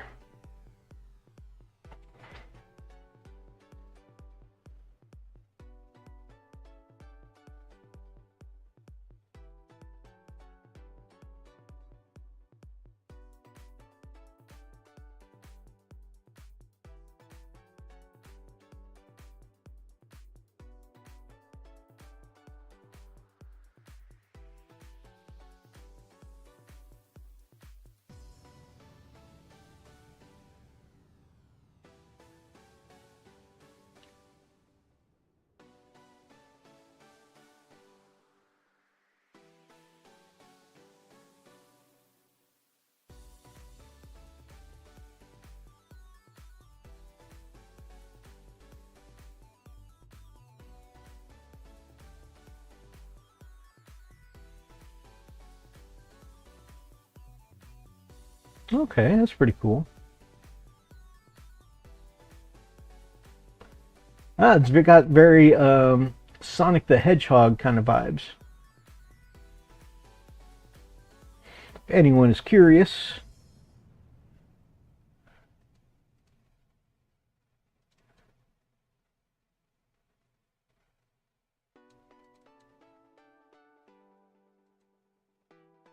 that's the game he was talking about. Luna, or Kelowna. Kelowna. That game. Yeah, it's got very Sonic the Hedgehog kind of vibes just from the artwork.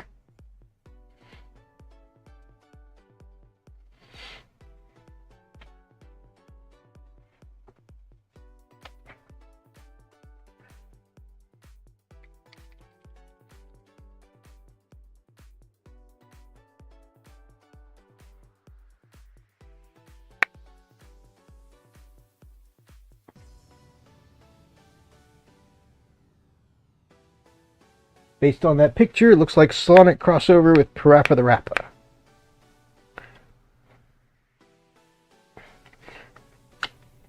Oversoul, since I'm clearly not literate, can you put out a phonetic of what the right way to pronounce that is?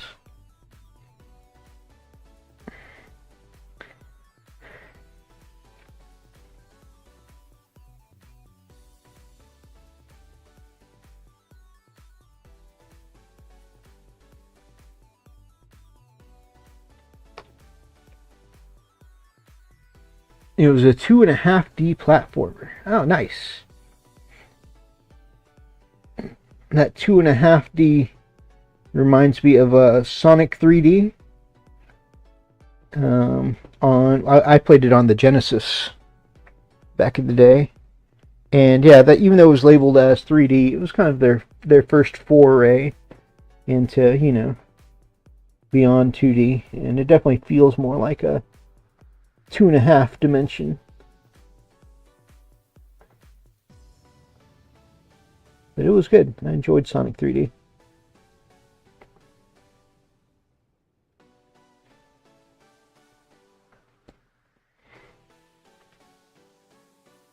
Klonoa. I think out of the 30 different ways I said it, I think that might have been one of them. I'll give myself partial credit for that.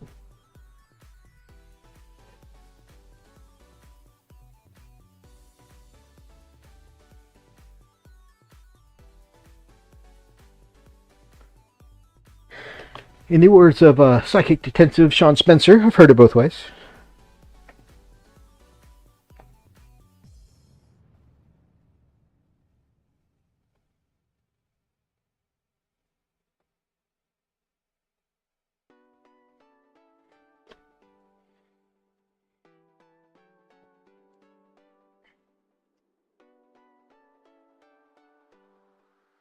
Two, 4, 6, 8, 9. Got 5 more on my desk. Do we think that I will make it before we hit 11 o'clock? What do we think, team?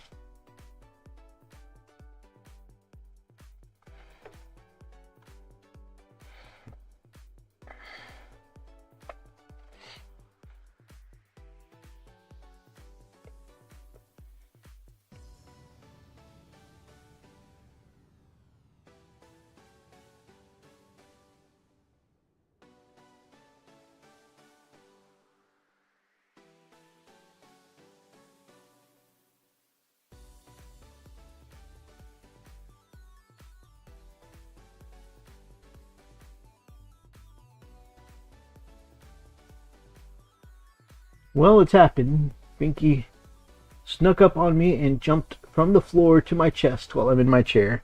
Yep, that's exactly how the boys get me. Or sometimes they'll go up to my straight up to my chest, but if I look like I'm trying to keep them off my chest, what they've started doing to get around that is they'll climb up the arm of the chair, climb around the back of the chair where my neck is, and then come down over the shoulder and into my arms and just plop themselves in, regardless of whatever I'm holding or doing at the time. They'll just come around and just plop down. Like, I fit, I sit, even if they do not fit at that current time.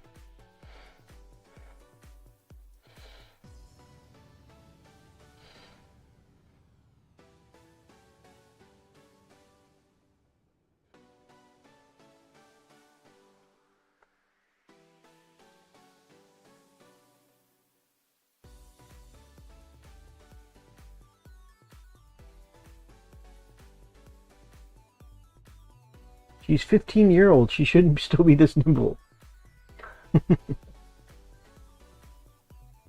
Yes, they can surprise you. I've got a million obscure platformers I grew up with. Arrow the Acrobat, Earthworm Jim, Rocket Possum, or whatever it was called. Tomba. Earthworm Jim.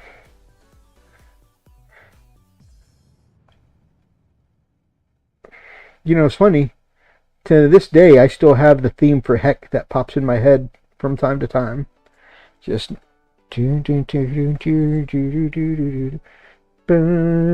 boom, boom, boom, boom, boom, bum bum ba ba ba bum ba ba ba bum bum what bum bum ba dum bum bum bum ba dum ba dum bum bum ba dum.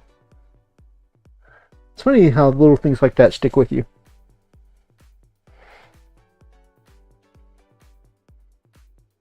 I don't think Earthworm Jim is obscure. It even had a TV show. True that.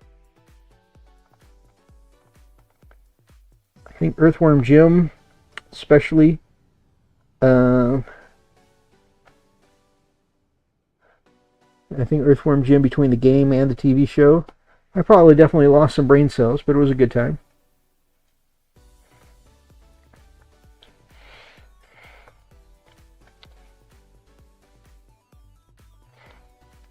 I love the episode where it was talking about how earthworms have 5 brains. Then one of the brains was just always like, girls? I'm hungry. I'm sleepy. Girls? And then like something like there's a big revelation later in the show. Huh? Girls? I'm like, I relate to this.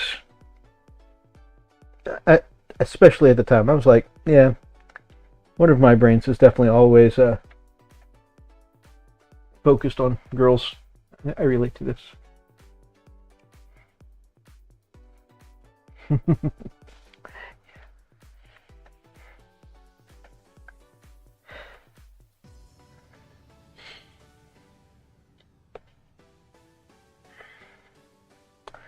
Alright, then whatever these are up top, antenna or something, they're getting the green treatment too.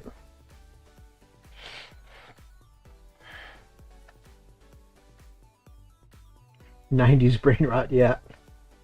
I hear that music and my mind goes to Night on Bald Mountain from Fantasia, and then by extension the boss battle with Chernobog from Kingdom Hearts.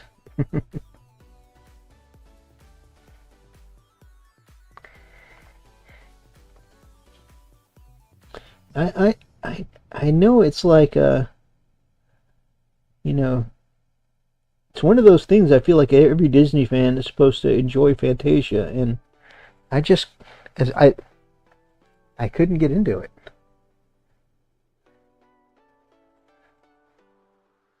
That was way too much paint on my brush.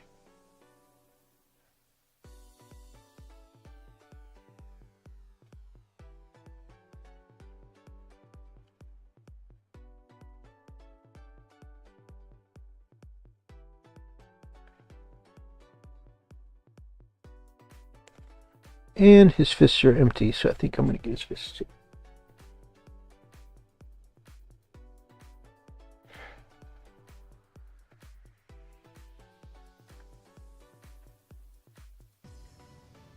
Fantasia is one of the coolest and most unique and fascinating movies ever. And, you know, I hear that from a lot of people. I just couldn't get into it myself. And I'm aware that it's a masterpiece, and that is a me problem, 100%. I have no bad things to say about Fantasia. It is definitely, like, as someone who enjoys, you know, like, you know, that kind of like classic music style. You know, I feel like I should enjoy it, but yeah, I just couldn't get into it.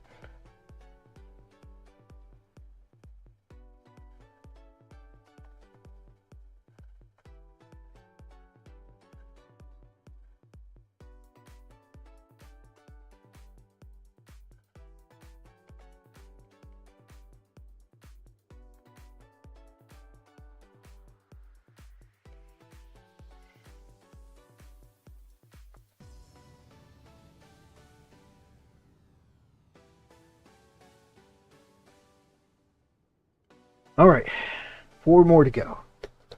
We have 20 minutes left. That's approximately 5 minutes a mile. What if we gave animators in the 40s complete freedom to make super esoteric and obscure visuals? Something that like could never... the little symbols in front of my text. Something that could never get done now? Yeah.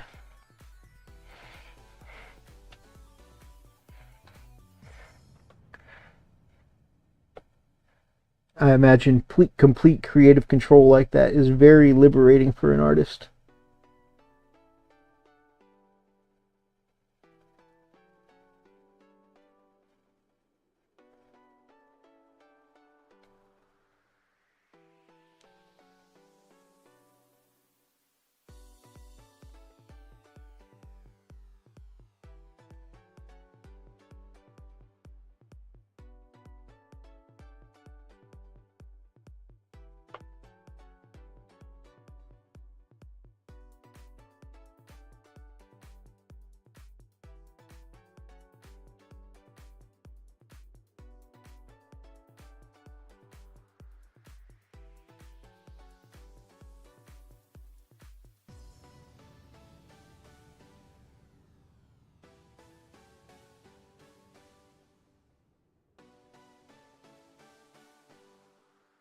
I'm going to blame the fact that I have a millennial's attention span, despite the fact that Oversoul here is vastly younger than me, and he still appreciates Fantasia.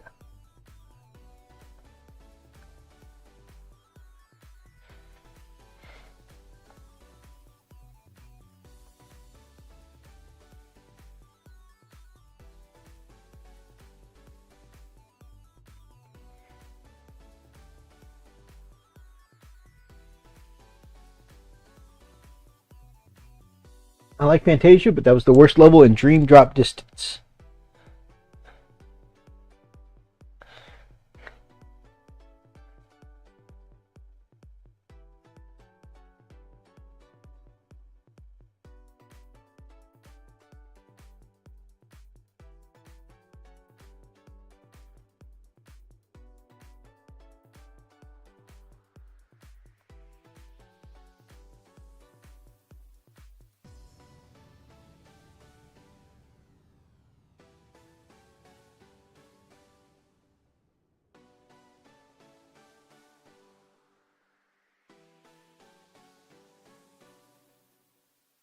I'm younger than you too, at least I assume based on stuff you said.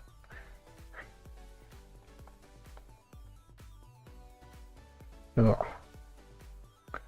I mean, I'm guessing not vastly like Oversoul.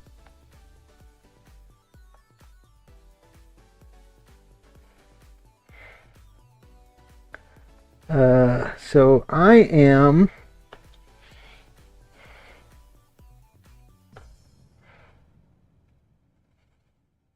So I tell everyone I'm 36, but actually 40.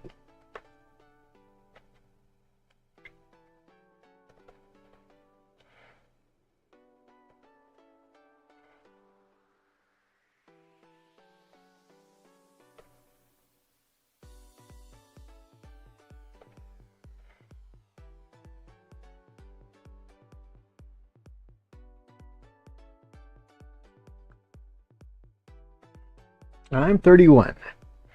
Well.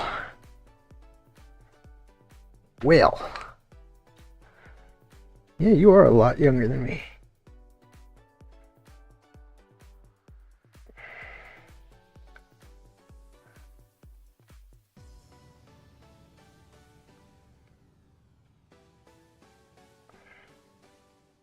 See, now we're going back to that whole passage of time thing that I wish would stop.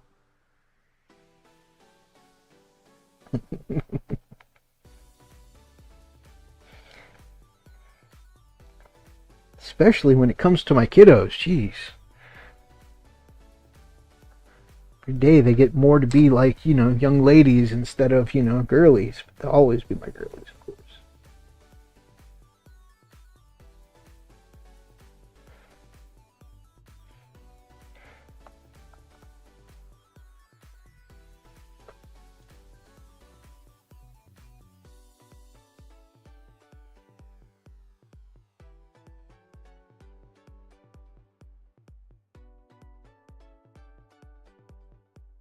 I say that's a lot younger than me, but that's actually about the age of most of my friend group.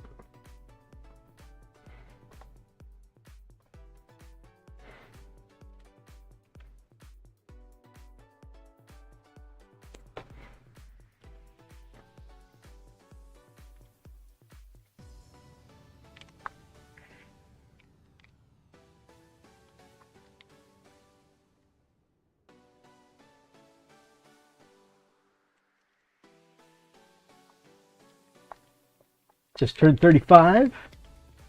You have enough patience to sit through hours of my amateur voice acting. It's not patience, man. That's genuine enjoyment for what you do.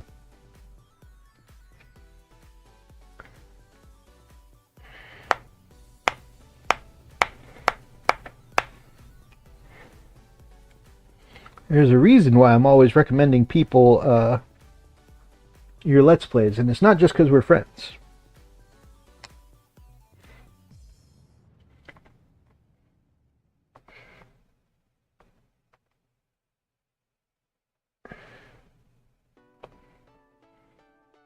Speaking of recommending things my friends have done, though, definitely everybody make sure you check out Friendly Neighborhood Inquisitor's channel.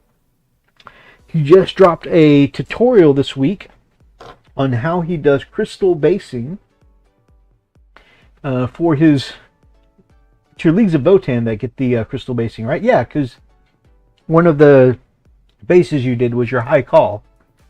Yeah, check out his Leagues of Votan basing he does. And it's basically how to put glowing crystals on your bases and make them glow. Like Bruce Leroy's got the glow.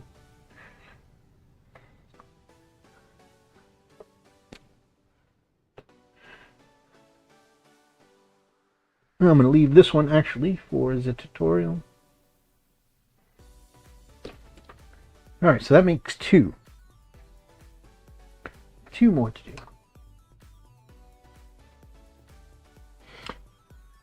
You can either just go to his channel from right there in the chat, or you can also find Friendly Neighborhood Inquisitor. Down in the description below, you'll find our link tree, the Friends of the Frost and Fists.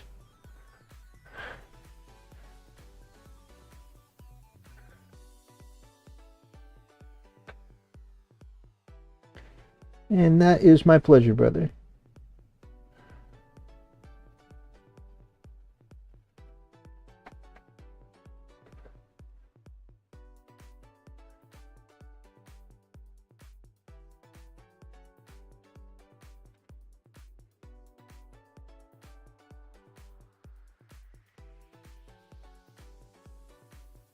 Speaking of which, I know you haven't finished all of it, but you seem to have surpassed me in the fanboyism of the Remedyverse, so tell me, how are you enjoying the Night Springs DLC so far? Actually, that is the point which I fell off and started getting behind. I was watching episode 1 of Night Springs. I sent you, after the comment about the automatic shotguns, I sent you the information on the AA-12. And then shortly after that, I think I got like another 10 minutes into the episode, and then I got called into work and had to leave. And I haven't actually finished that and then I forgot about it. So I need to go back and watch that. That'll be something I think I might try and do this week. I just jumped straight to Danganronpa and forgot about that I had that outstanding. Thank you for reminding me.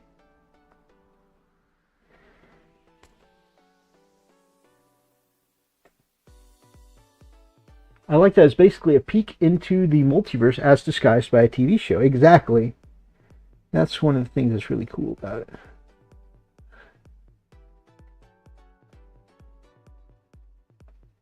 I love how that whole episode is from his #1 fan's point of view. She's all like a special agent, for her favorite author.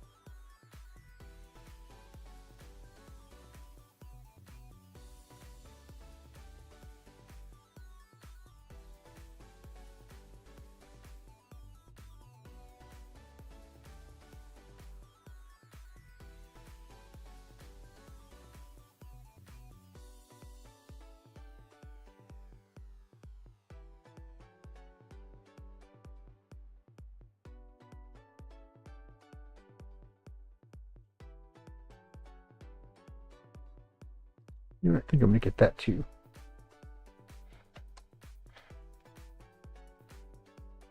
This little plate here.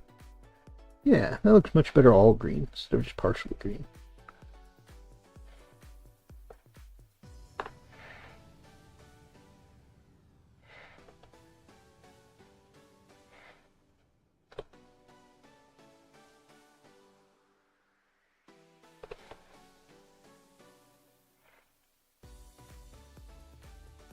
It's only 3 episodes, so not very long. Yeah, actually, I think I'm going to finish that up this weekend, because I'm going to be honest with you.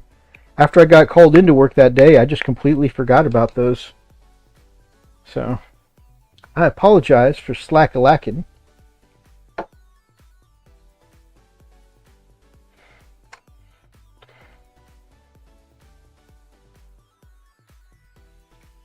And I really regret that, I did end up forgetting about it, because I waited for those to come out for a while.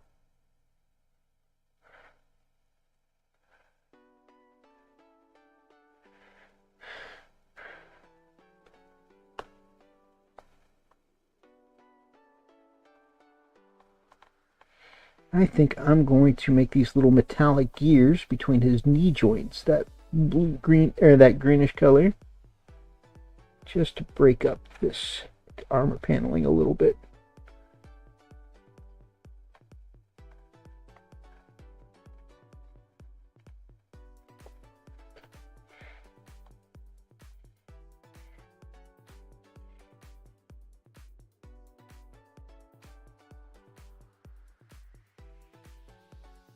Yeah, bendy, bramble, oxid free.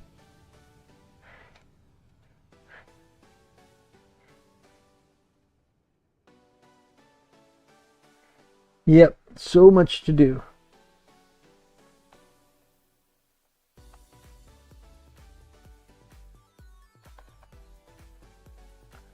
Yeah, ever since they increased my travel at work this year, I've just gotten so much further behind on stuff like that.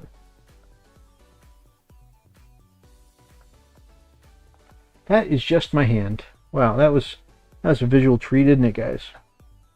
Sorry. I'm trying to get better at painting on camera, but it's not working out super great tonight.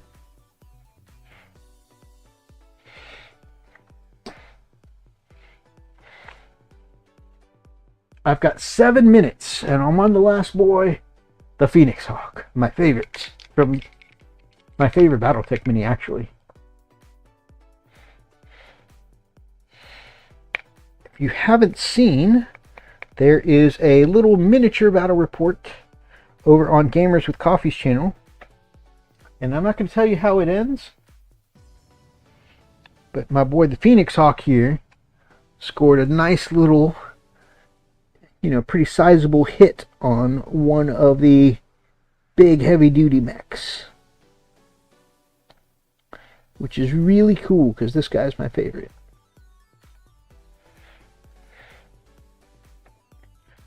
I'm not sure if Death from Above is an ability in Alpha Strike,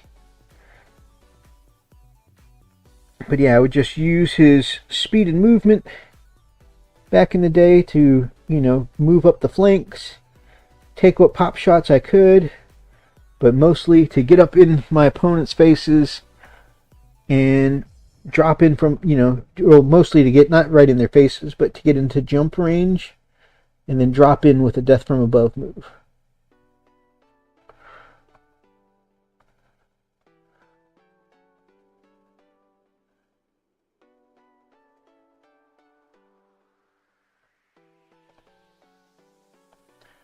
And we didn't really play PvP back in the day. We were playing a campaign.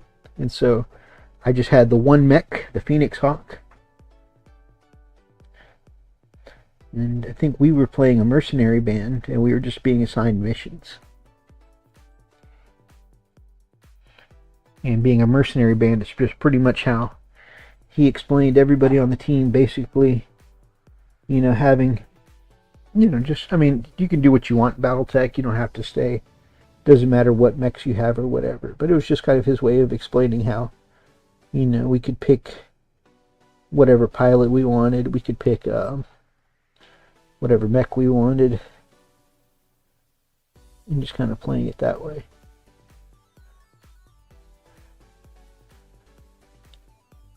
And I think we were playing just some of the pre-made pilots just to kind of save on time, especially since we were all new to Battletech.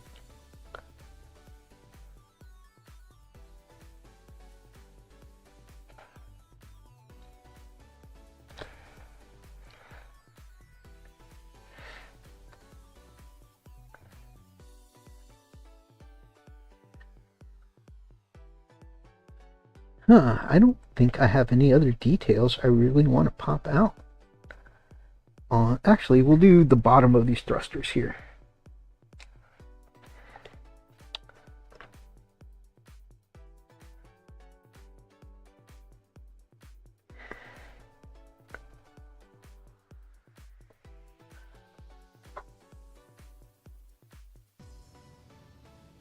Yeah, basically where the heat from these thrusters blows out. That'll be my little metallic color.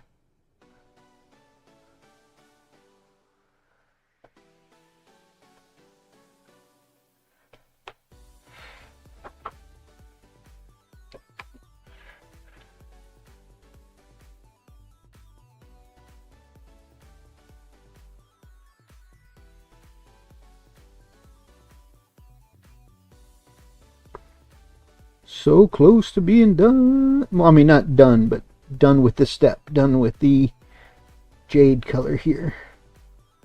And then next it'll be highlighting everything with turquoise.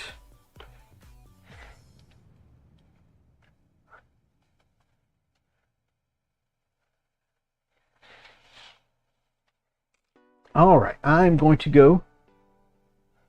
Marauder is also great and from Macross. Yes. Absolutely. I definitely want one of those. My interest in Macross is what actually got me into this game, because I love Macross and Robotech so much. My friend was like, hey, you know, you can play as this mech in Battletech. And that's how he got me into Battletech. And then after that, we played a game called Rifts, where you can basically get what's like a Veritech fighter or a Phoenix Hawk, except instead of transforming into a jet, it transformed into a submarine. I think it was called the Seawolf. And so I got into the game Rifts as a result of that. Thanks for getting me through the end of work. It was slow for a Friday. My pleasure, brother. It ends with the Emperor raising from the Golden Throne and bitch slapping corn.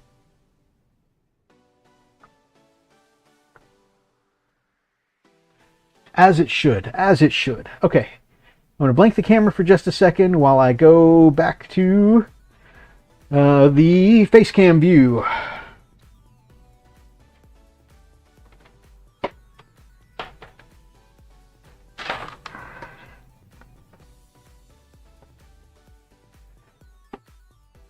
I think that might be just a touch high.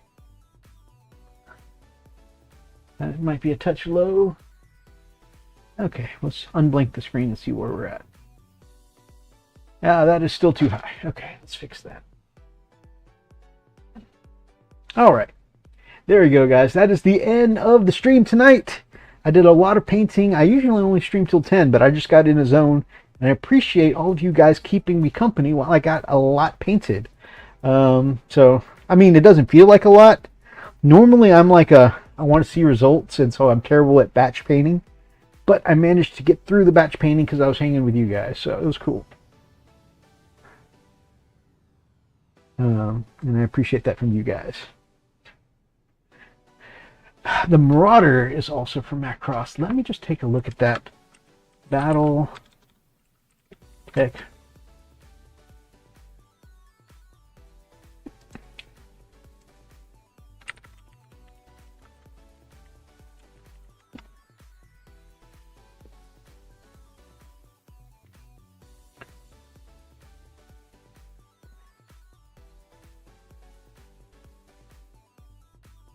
Ah, yes. It's like the Zentradi suit. That is the Marauder, ladies and gentlemen. So yeah, I definitely would like to get one of those at some point as well and just add it into my collection. Good show, sir. Thank you. Have a great night, everyone. You have a great night as well. Later, Mythos. Hey, so yeah, that's the end of the stream tonight. Thanks for hanging out with me, everybody. And again, thanks for really helping me lay down some paint tonight. If you guys liked tonight's episode, please make sure that you grab up an ox and smash the like button in the name of the Emperor. Drop me some comments down below, especially if you're watching from the archives, and feel free to be part of any of tonight's ridiculous conversations. And if you are not yet subscribed to the channel, or if you're not yet subscribed to the Friends of the Frost and Fists on our Linktree, as pointed out by Nightbot, and of course it's down in our description there, then we would love to have you subscribe and have you as part of the pack here on the Frosted Fist. Till next time, guys, stay frosty.